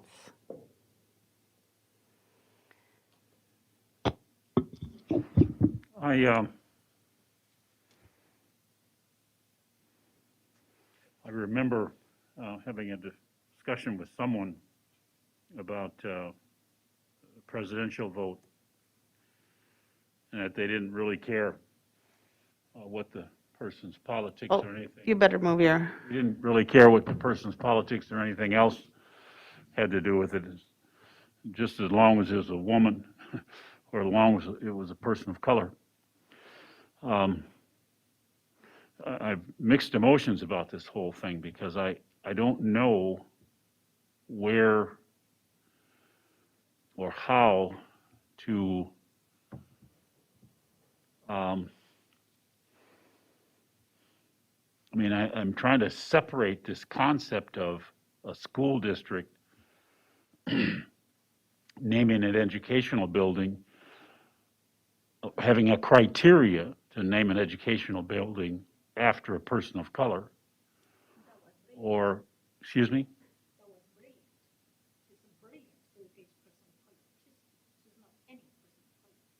No, I'm very aware of who she is. That's not the, whatever, but there's, I mean, I guess there's many, many brilliant people in the world. And my concern, I don't even know if I'm concerned about it. I think what troubles me is I'm really tired of having to be this kind of person as a person of color. But it seems to me that a name that addresses, and I really have to get away from McKinley which are named after white presidents, and I mean, that's the way schools were always named. And we have a chance to do something important, and that is to name a building based upon the students it will serve. And I'm trying to figure out how many Katherine Johnsons it will serve, or how many Sterling students we might be able to run through that building and send out into the world. And so I only have one choice, and that's Sterling, because I think it suggests and hollers loudly to students what we think about them and what we think they ought to be doing. So, and I, believe me, love Katherine Johnson. She always excites me. I own the movie and I've watched it 4 or 5 times. And you know, maybe I'll name my truck Katherine Johnson. I don't mean that facetiously. I'm just saying that I don't want to get into a situation where we wind up having to defend a politically correct naming of a building. It just doesn't seem that it came up in the first round, and it seemed to be a tag on. Well, we better do this just in case, and I really don't want to tie that to just in case. So my vote would be for the Sterling Education Center, because it represents and has a background that says something about what we're trying to do with students. And we never got a chance to rename the Alternative Learning Center. I would name that one Sterling also. So that's it. Thanks. Hold on, Natalie. Zach, do you want to jump in first?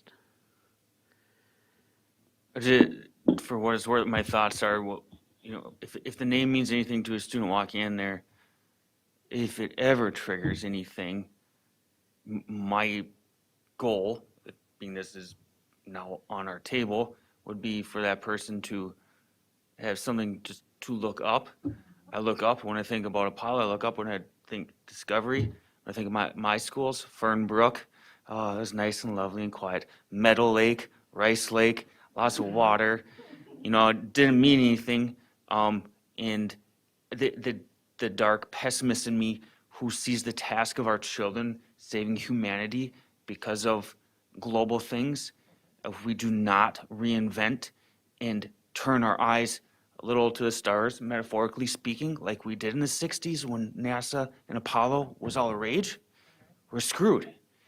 So I don't just see it as a Katherine Johnson thing, and I'm with you on I'm burnt out when I feel like some of these things are thrown down, but it's the selling of, and not just Katherine Johnson, woman of color, but somebody who look up to not just the person, but what she's connected to, which I truly believe our children need to orient themselves towards that, whether it's fighting climate change and just surviving, things of that sort, or whether it's our race with China and us as a nation maintaining our position as a global leader. That's where I went when I was thinking about the name. But then maybe 10% of the students think about that when they walk into the school. But if they do, that might mean something. I love the idea of putting some for Paul Kinney within Apollo. I think that's a proper way to honor someone like that. Anybody my age or younger and kids right now, they're going to hear the name Sterling. They're going to think of the cartoon named Archer. And it's hilarious and maybe inappropriate at times. So that's just kind of where I went. So I mean, maybe another option is just curiosity, because it's roving Mars right now. I know that's where I'm at. So Thank you. Natalie, did you jumping back in? Yeah, I wanted to. My first teaching job was at Ronald E. McNair Middle School in College Park, Georgia. He died in the launch of the Challenger. And what I saw my kids do there, as they would walk in, it was very clear to most of them who Ronald E. McNair was. The school I taught at was 96, 97% Black kids. And that's what I experienced is like, math teachers would say, listen, you're in Ronald E. McNair Middle School.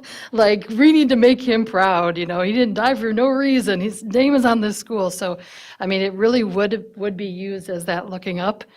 And so I just wanted to point that out, that it's been done before and it seems to have worked for 6th through 8th graders in Collegeburg, Georgia. Okay, so then I guess I'm looking for opinion. Are people ready to vote tonight? Does anybody want this tabled until next time? Or are you all comfortable with decision now? I see Lex. I think we should table it. You Think think we- about it. Okay.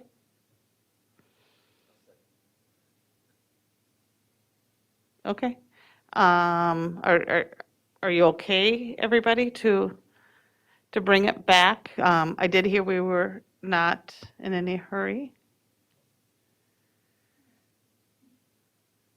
Okay. I would like to see it come back with some recommendations from the administration also. So the administration will jump in right now.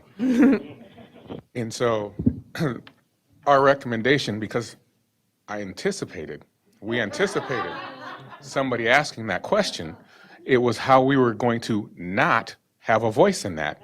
Because if you go by what the policy says, our job is to bring it to you. Now, with that being said, I hear two choices, or this board has two thoughts in terms of what it could be. And each one of those thoughts, the Paul Kenny part, in terms of doing something at Apollo, I think everybody kind of agrees with that. But there's two that seem to be, we're deliberating for, and I'm saying we, the board is deliberating, okay, or trying to figure that piece out. And you can table it. My suggestion would be, in terms of how you vote, okay? And so what I would throw out there, and Gary and I were talking about this earlier today, is at this time, how you would vote for it. So if you put a number system to it, and you said number 1 for your first choice, number 2 for your second choice, number 3 for your third choice, it's going to give you an idea in terms of what you're thinking, okay? As an administration, I can't even tell you that what the things that you came up with is the exact same fisticuffs that we had in terms of administratively for the ones of us that were having that conversation. Sterling, because it's exactly what you said. It's the wording, okay? But the Katherine Johnson Education Center, there's something to that. And so we had this, of us that were part of this, or knowing that was coming, that was our two, and we're torn. And so it was interesting to listen to the board do the exact same thing in terms of where we were going. I was not sitting there with the naming committee or that recommendation committee. I was not there for that. So Gary witnessed that part, and I never asked him, was there a stronger sense from that committee? Because we need to honor that committee that put in work there.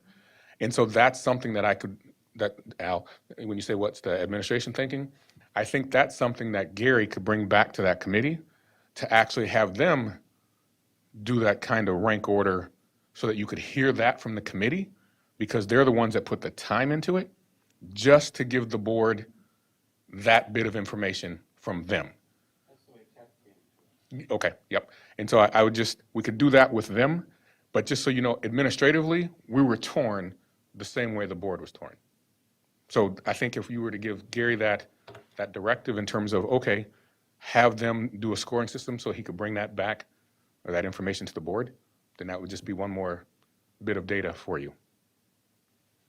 Do you guys want that information at the moment then that Gary comes back at the board meeting, or do you want that beforehand so you can process it beforehand? Okay. I want to make a motion right now, but I'm not going to do it because then you're going to see me as a jerk.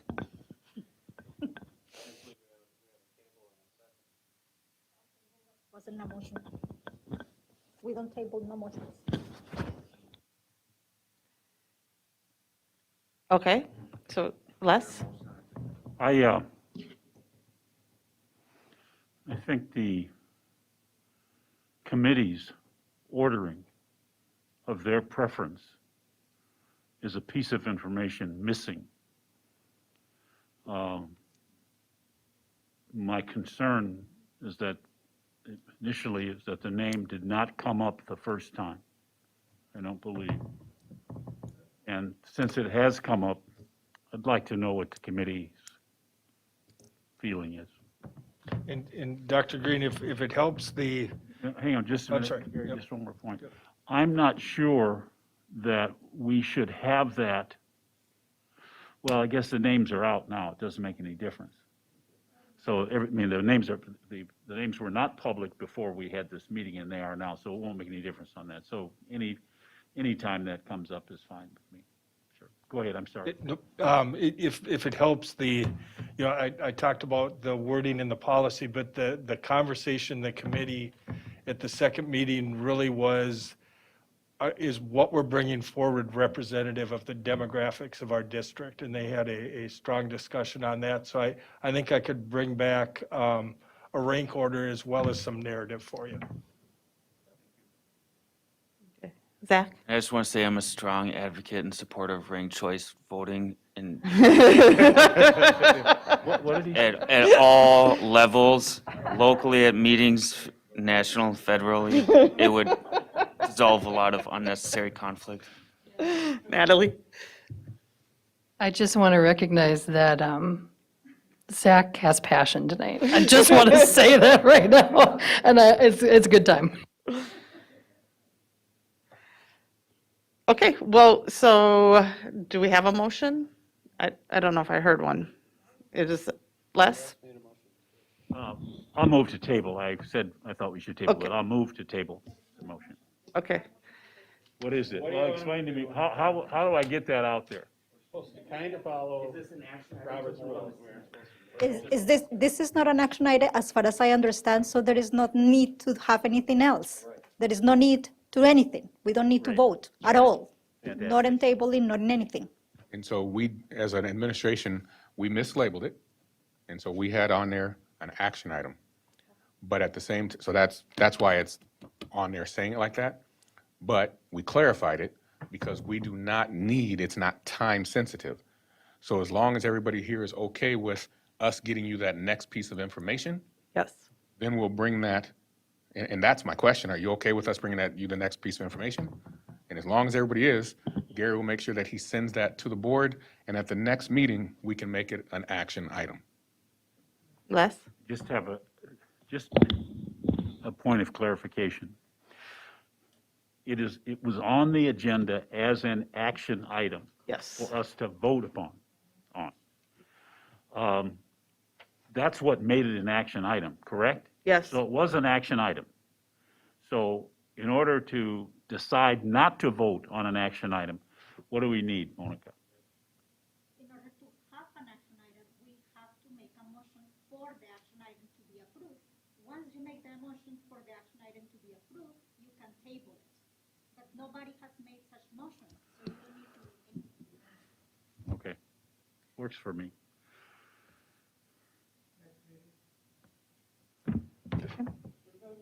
Thank you. Yep. All right. Next up, we have proposed revised board policy 501, second reading. It is school weapon policy presented tonight by Dr. Lori Putnam, Assistant Superintendent for Secondary Education. Good evening, Chair Hawes, members of the board. Okay, it's gonna, wrong TV. Let's try TV 2. Okay, I'm going to do my best to navigate this. If anybody knows how to, oh, there it goes, never mind. It sorted itself out like magic. So there have been many times over the past week or two when I've missed our friend and colleague, Dr. Beisch, and this evening is sure one of them. So here we go. Since we had some of the conversation last time that we met, I'm only going to go through the points of discussion that you had brought up last week or last meeting. And of course, if you want to enter into any other conversation, would be more than happy to. I want to say thank you to my colleagues on the screen. I think I've talked with every single one of them to address some of the concerns that you guys had raised. So for Board Policy 501, school weapons, the change that we are bringing forward is 4A. It's on page 3. Let me get there. Here we go. And this is the correction to what happens if a student accidentally finds a weapon on the way to school. What should they do with it? And so we have made the change, or the recommended change, that they should leave the weapon where they found it and notify an adult. And then we gave some options of who that adult could be: the school administrator, a parent, or a police officer.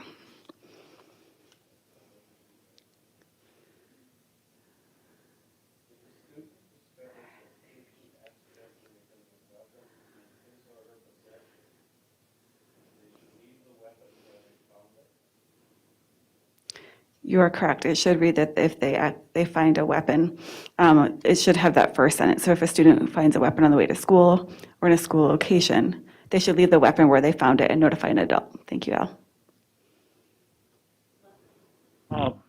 Is my microphone on? Yeah, I think they're two separate issues. They are. They should be Yes. separated totally. One is if I accidentally find it, what do I do? Yep. The next item would be, what if I find one? And that, I think that will make that work much better. Well, first is that if I accidentally find a weapon, and let me give the example of that is a cake carving knife in the back end of a pickup truck at Holdingford High School of a young woman who had been at a wedding, and it was a very big knife. And it was accidentally found, I mean, it was in the back of her pickup. There are a lot of pickups at Holdingford High School, by the way, per capita. So there was and I don't know how that was resolved, but I think that's the accidental finding. It's thrown in the back of the pickup.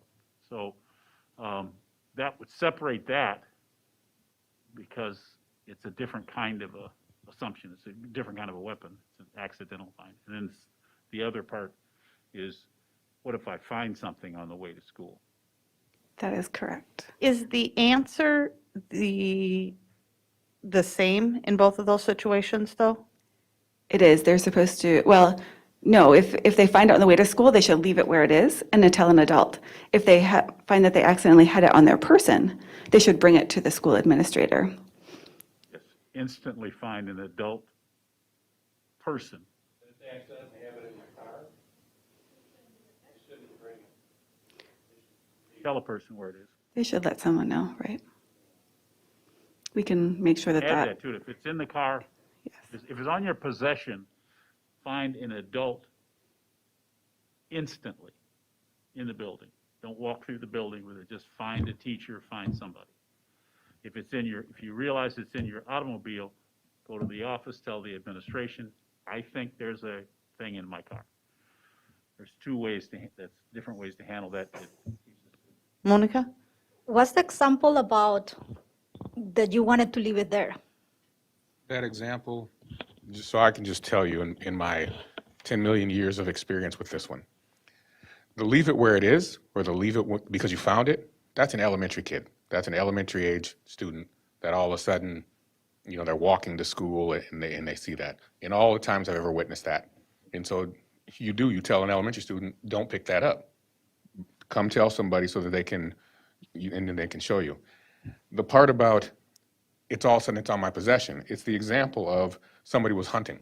Somebody was baking or at something like that, and the student comes to school, they're driving their parents' truck, they're driving their parents' automobile or whatever, and all of a sudden, that would be the day that somebody goes and does a search, and now that student is like, oh, wait a minute, or they knew, and they could have avoided that moment. So I'm just telling you, in the times that I've ever witnessed it, the find or the leave it is the elementary age kid or student, and the other is the secondary student in the times I witnessed it. And so to be able to separate that, and I'm not saying separate it with elementary and secondary, but to be able to separate it in the wording, that covers what I think you're trying to get to.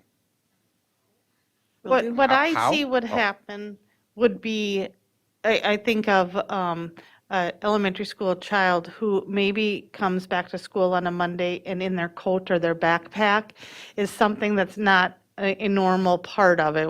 It was part of the weekend, and on the weekend, they can have a, little pocket utility knife, but they can't have it at school, and now they do. And so we're saying they should do what? That they should tell an adult, so their teacher, their administrator, Okay, so they shouldn't pull it out and walk down the hallway. preferably Okay. not. Okay. Probably not. Just for clarification, this is second reading, Yes. and that needs to be cleaned up. So then at the third reading, normally that's consent, but that wouldn't be consent at the third, then that would be an agenda item. So, okay, thank you. Thank you. Any other discussion? Okay. Next up, proposed revised board's policy 503, second reading, student attendance, again presented by Dr. Lori Putnam. Thank you. So on 503, on page 3, let me get to them everywhere. On it was section B, number 10. There was conversation here about the impassable roads, inclement weather, and our recommendation is that we leave it as the physical emergency conditions such as fire, flood, storm, etc., because that is not an exhaustive list of any of the physical emergencies that could come up. It's simply a listing of some of the examples, and we have faith that our families, if there were to be impassable roads or any other physical emergency that we haven't thought of or named, would communicate that.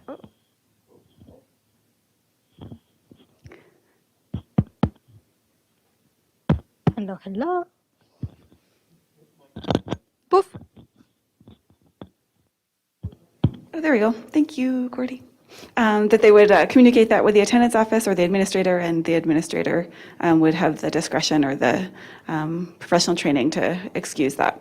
So that is our recommendation. On page 6. Can Les jump in here on that one Course. before you move to the next Just a page? point, and Zach, maybe more, is et cetera a good way to do that, or includes but not limited to?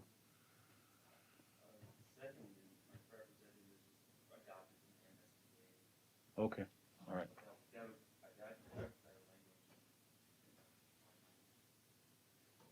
Okay, good, that's the only point. Okay, thank you. On page 6, 4, 5, 6, there is a question about the being more specific about the consequences of tardiness being applied as deemed appropriate by the administration.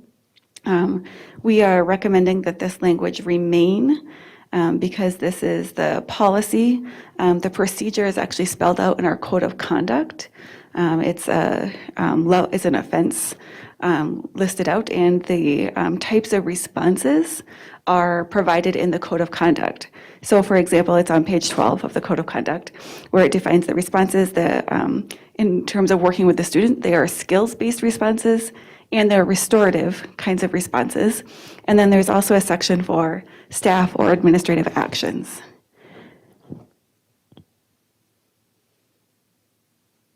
Okay, anything else, changes on this? Everyone good? All right, moving to the next one, proposed revised board policy 504, second reading, student dress and appearance, presented by Lori Putnam, Assistant Superintendent for Secondary Education. Thank you, Chair Haas. There is only one a grammar issue here after the change, and so now it would read, our recommendation is that it reads, clothing that exposes the chest slash breasts or buttocks slash genital areas. And again, that was simply a grammar issue. Any comments? We're good to move on? I do have a question about that. So Yeah. is it, sorry. Oh, Monica, go ahead, and then Scott, you can be next. So is it at discretion to the administration? What do they consider an exposure of, that exposure? So like, is it, like, let's say if it's breast, it's a little bit of cleavage, or it's not, that is administration decides more or less what they're thinking, right? That is correct, yes. Scott? Chest as it applies to males is different than chest as it applies to females. And I think that you might make a distinction here, I'm afraid. Well, we would certainly not allow anybody to walk in without a shirt, male or female. So exposure of the chest would be not allowed in our school setting. Mr. Jett? Oh, no. Oh, we're good. Okay. Pants and shirts, huh? Okay, thank you. Moving on. Next discussion item, proposed revised board policy 505, second reading, distribution of non-school sponsored materials on school premises by students and employees. Again, presented by Dr. Lori Putnam, Assistant Superintendent for Secondary Education. Thank you. Here we had conversation on around page 3, C item 1. There was conversation on should we be more specific about what educationally related materials means. And so what we are recommending is that we add a piece to that sentence that says that it is educationally related and the designation lies within the sole discretion of district and school administration. The reason that we would like to keep that as is that Tracy does training with our administrators on this policy at the start of each year. And our administrators have I would argue, a firm grasp of what it means to be educationally related. There were some questions then about what happens for Peach Jar and the electronic distribution of materials on Peach Jar that go to the district instead of to our school administrators. And of course, our Director of Communications is part of that training. But we have guidelines that are posted on our district website that spell out when and how you're able to, what that educationally related really means. And so we say that it has to be, anything that's posted or distributed has to be related to our mission, which of course is defined, connected to that educationally related, that they're promotional from our own families, and I can pull up the Peach Jar ones as well. But we only are interested in programs that impact our own families, of course, and that the activity or event doesn't conflict with enrollment or attendance, or that it doesn't promote or oppose any political candidate, and that the event takes place in our community. So all elements of education related here. And so just to give you an example of what is out there, if you haven't looked at Peach Jar, on Oak Hill's Peach Jar right now, there's a feature for our own kindergarten welcome night. That was held just this week for Oak Hill families. There's a feature for Waite Park baseball, and then St. Benedict's Camp Invention. So those are the types of things, and then the community is always able to see those as well. So that is our recommendation, to leave it as is, just with the clarification that it is administration's school sole discretion. Any comments?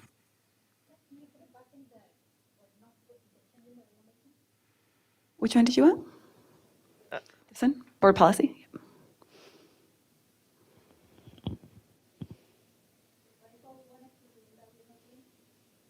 We wanted to add just a clarification that who gets to decide what educationally related is the sole discretion of district and school administration. Okay, Thank you.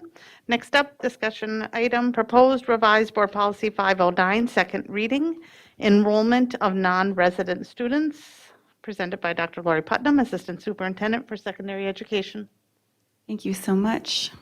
The discussion was on page 2, letter D, regarding students who are 18 years or older.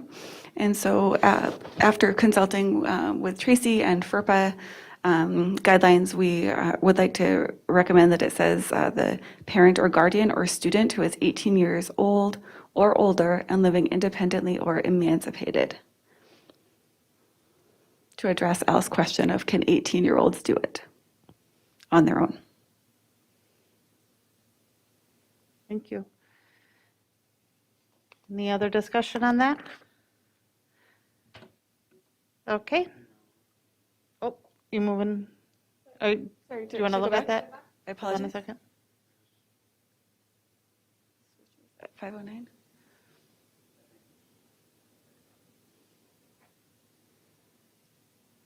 Want her to scroll down? Parent or guardian and or the student. Yeah. Parent or guardian or student. Okay. I was reading yellow and I didn't read the part right before it. So. Okay, we're good on that one. Next up, proposed revised board policy 510, second reading, school activities, presented by Dr. Lori Putnam, Assistant Superintendent for Secondary Education. Thank you. On page 1, 3B, we added that students would be supervised by district staff, and the addition is or approved volunteers to cover anybody who might be chaperoning. Of course, we have that established process.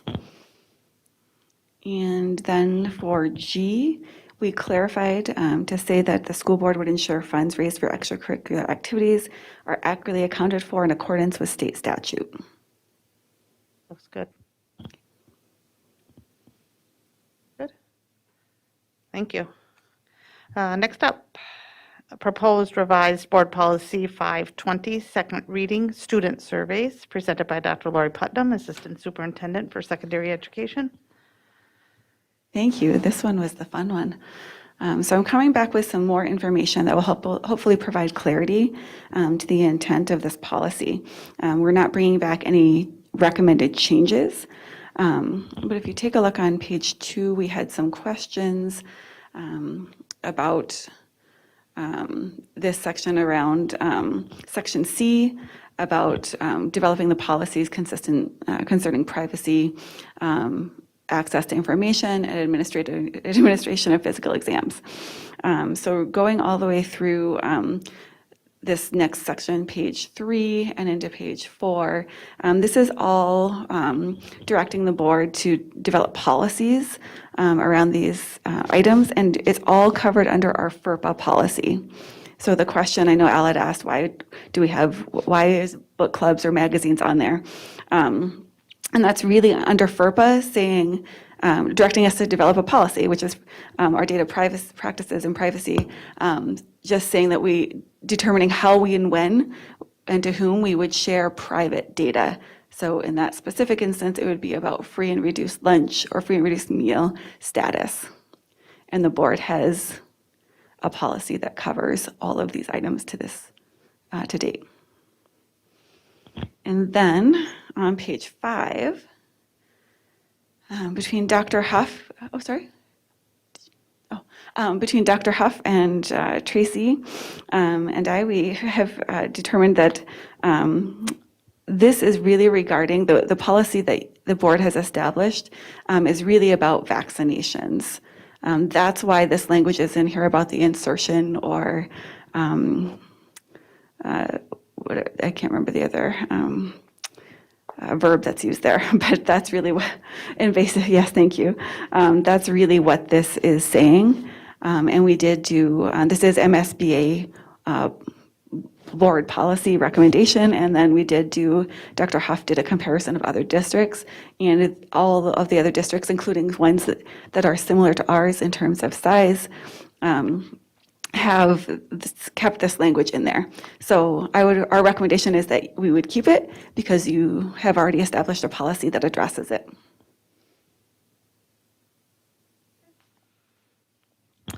We're good. Thank you. Thank you. Okay, next up is the superintendent's report presented by Willie Jett, Superintendent of District 742 Schools. Good evening, Chair Hawes and members of the board. First and foremost, congratulations to Tech's Jackson Kenning for taking first place in his first match of the semifinals at Minnesota State Wrestling Tournament. Jackson ended up taking fourth place overall in the state tournament. Next, two 8th grade students, one at North and one in the Distance Learning Academy, who are part of 742's Chinese Immersion Program, competed in the Great Lakes Chinese Consortium's Chinese Quiz Bowl. This is the first team from St. Cloud to compete at this Upper Midwest Quiz Bowl. The team of Reuben Henry and Riley McKenzie placed fourth against teams from Michigan and Ohio. Officially, they received recognition and awards for being first in the Immersion Division. Next up, St. Cloud Area School District sends a huge thank you to Pilgrim's Pride for the donation of 7,000 backpacks to Transitional Education Services and district schools.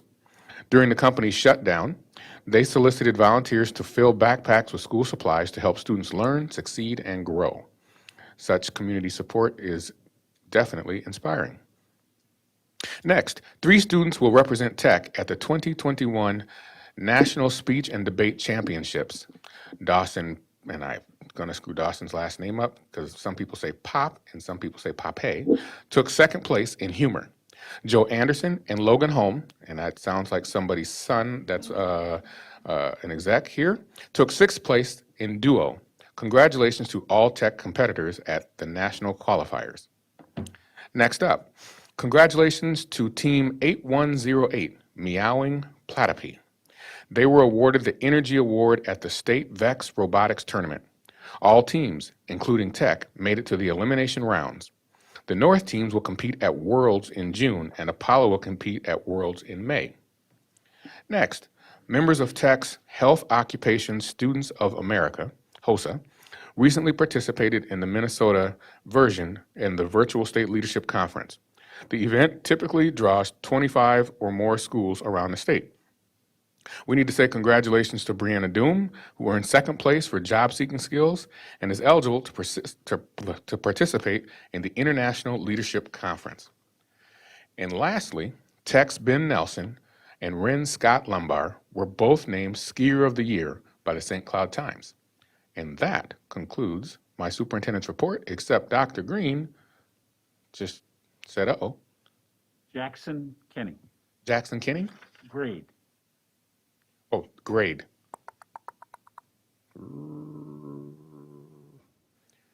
Gotta go where that one is. Does not tell me the grade. Is this the young one? Yes. Okay. Yes. This young man is quite a wrestler, just a point, and he's, I think, maybe 9th grade, maybe 10th. Okay. If memory serves me correctly, he's 9th. Okay. Okay. He's got a number of years yet for that state championship. Okay. So Yep. This is his 3rd year, I believe, of placing. Yep, because he started doing it like 7th grade. Okay. He what? He was doing what were you? Oh. The recruiting's already happening. Understood. Thank you for that. Okay, thank you. Next up, we have Board of Education Standing Committee reports. Achievement Integration Equity Committee, Natalie Wingsmuth. Yes, we met this week and we talked about 2 different topics. One was the multilingual student services presentation that's going to be coming to us in the next couple of meetings here. Kelly Frankenfeld and Sue talked that through with us, and we gave the board members and staff on the call gave their feedback. And then we talked about curriculum review, and Lori Posch kind of explained that we usually do our curriculum review in conjunction with the state's curriculum review cycle, but because of the pandemic, the state's curriculum review cycle has been altered. And she said that they're reviewing as to whether they need to break from the state's curriculum review cycle for some of our needs based on the online resources that are no longer supported by some different companies, specifically Science was one she mentioned. So she said we're going to do what we need for the district, of course, even if we have to break from the state's review cycle. So that was everything we talked about, and our next meeting is on May 18th at 8 a.m. Thank you. Board Development Policy Governance Committee, Monica Segura-Schwartz, did you meet? You did not? Okay, We haven't met? No, we don't have a report. thank you. Finance and Audit Committee, Finance and Audit met on April 8th at the district office.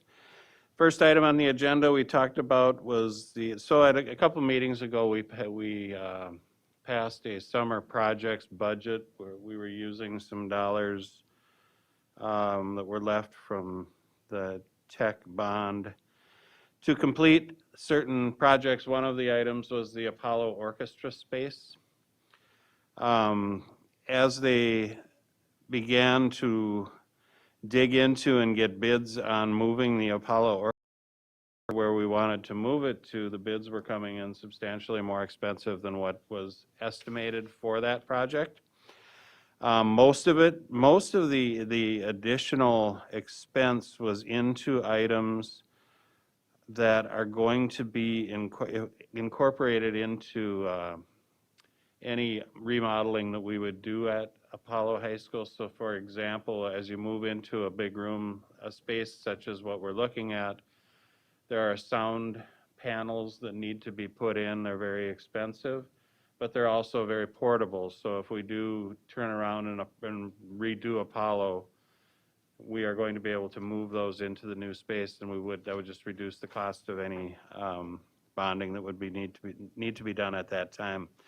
So anyway, the original estimate was $50,000, but it's looking more like it's going to be in the neighborhood of $144,000. So it's a substantial increase. However, when you look at the total project's cost that the board approved, they will be coming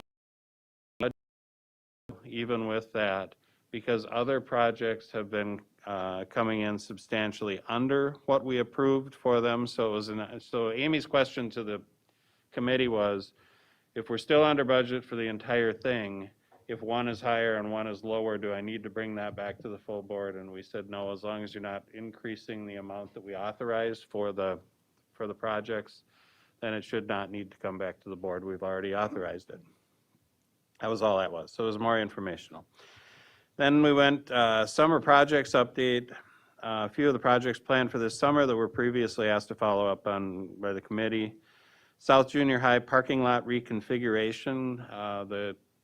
Amy and Gary had a meeting with the neighbors of South Junior High School, and they talked about they discussed the proposed reconfiguration. I really don't think it was a virtual meeting, and I think they had one attendee, but they had several people. By sending out the invitations, they had several responses that were one-on-one phone calls prior to the meeting from people that weren't going to be on virtually, but they did have questions or comments that they wanted to make. So it generated some feedback, but not necessarily a real strong meeting as far as participation there. But they went through the proposed reconfiguration, and the impact to the neighbors is really positive, and that's the feedback that they got from the neighbors. There was a couple of specific requests to specific properties, but the feedback that they received was in general positive, and people were happy to not have people parking on the street and getting them off the street into the parking lots. And then canopy improvements at North and South, we talked about that, and the quotes for South came in at $167,000. The quotes for North came in at just under $200,000. The cost for North is over the amount to where we would need to go out and get competitive bids on it. By doing so, we would not be able to complete the project this summer. At South, that isn't the case. It was on our list, but we're going to look at doing South this summer, not doing North. It came in much higher because there's 2 canopies and there was some structural issues, not issues, but structural thing. There was a structural element to it that made it substantially more expensive in order to complete it. There was some structural work that needed to be done along with it. So at this time, we're going to say don't do north where we have classes this summer anyway. Do south where we don't have classes this summer because we have a major project going on and it just makes sense to complete it during the major project. So that's where we're at with that one, and that was all we talked about at our meeting. So that's it. Thank you. Legislative Committee, Zach, do you have a report? Okay. And Personnel Negotiations Committee, Les, do you have a report? No report. All right. Last up then is future agenda items. Board of Education members may suggest items or topics for future board meeting agendas to the Board Development Policy and Governance Committee. May work session topics will include facilities updates, EL and immersion update, graduation and celebratory events plans. And that concludes our board meeting. Yep. I would like to take just a minute and clarify exactly how we pull an item from the consent agenda so that we don't get into the shuffle every time. I don't think we have, Huh? I don't think we have an accurate answer.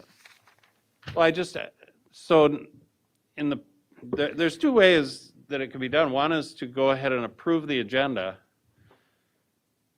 And then the first item on the agenda is the consent agenda. But before it's moved for adoption, you need to pull items, correct? But then we're changing the agenda that we just approved. And so therefore I moved to tonight, I went back to the very first part and said, okay, before we approve the agenda, I'm going to pull it. Now we can approve the agenda with the correct, yes, Zach. Zach, thank you. If any member requests that an item be removed from the consent agenda, it must be removed. Members may request that an item be removed for any reason. They may wish, for example, to discuss the item, to query the item, or to register a vote against the item.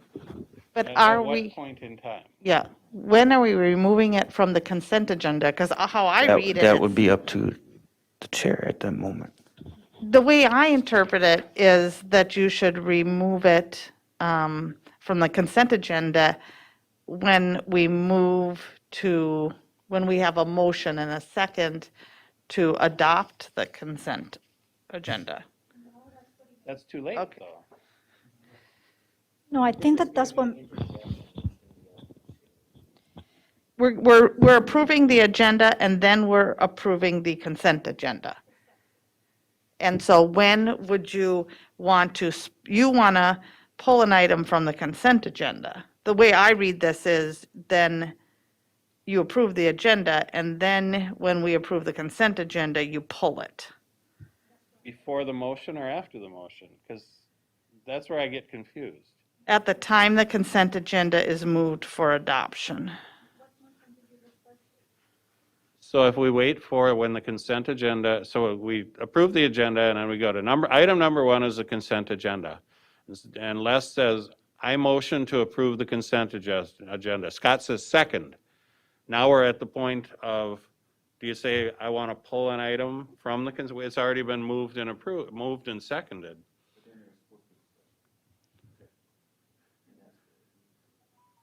Less. That's my area. I'm very excited that Zach is excited. I've never seen him like this. It's wonderful. But approving the agenda appears to be the order of events that are and how they're going to happen, which is different. The next thing that has been what seems to be the way it's done for many, many years was that when the consent agenda comes up for a motion or discussion by the chair, is at that moment that someone would say, I want to remove item such and such from the consent agenda before a motion has been made to approve it. Should the chair ask, say next on the agenda is the consent agenda, Is there anyone that would like to remove an item from the consent agenda before we move for adoption? I don't think so. I No? think it's always been that the member who said, I want to remove something, says that and sort of mentions that to the chair before the meeting starts. And then the chair could say, could say that an item will be removed at the request of. That way we can remove it and the person who wants to remove it doesn't have to say anything. The chair can just say, I have this, the consent agenda is modified this way or something. I don't know, that's an idea. I know what is the confusion. The confusion that the older board members have, meaning unless, is that Let's the, see you get out of this one. Here, you get out of this. Digging a hole here. in the board, is that what happened before is that the approval of the agenda was included in the consent agenda. That's why you needed to stop before you approve the consent agenda, because that was approving the agenda. And that was incorrect, because then we will not have an agenda to do anything.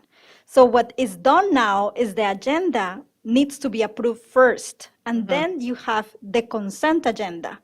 And the consent agenda is just the first item of the agenda.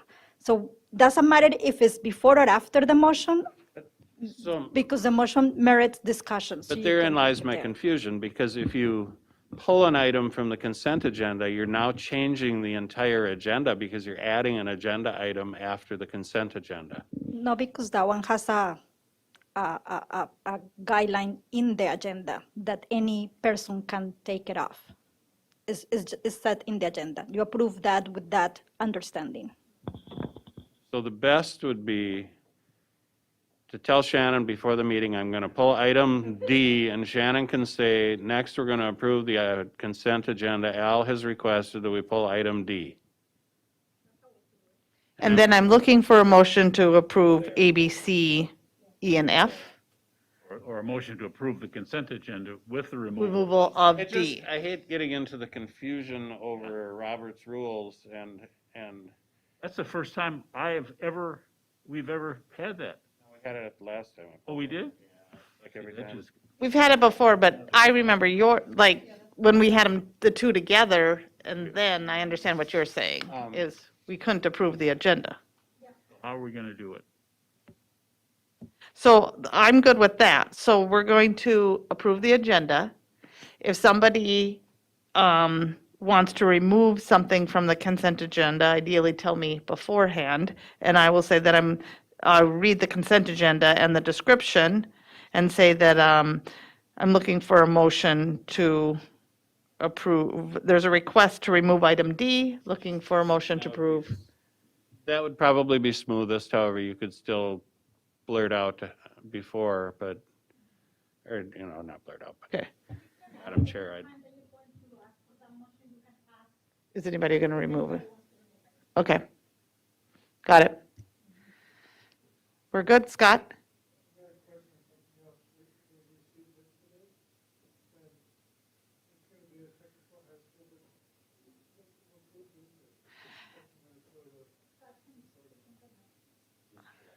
That's,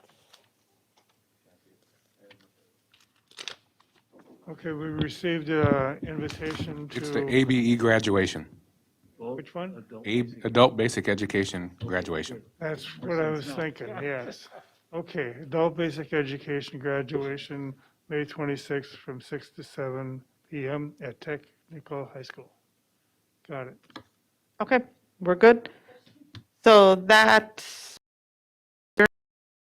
9:01 PM, and thank you for listening, and we'll be back Wednesday, May 5th. Thank you.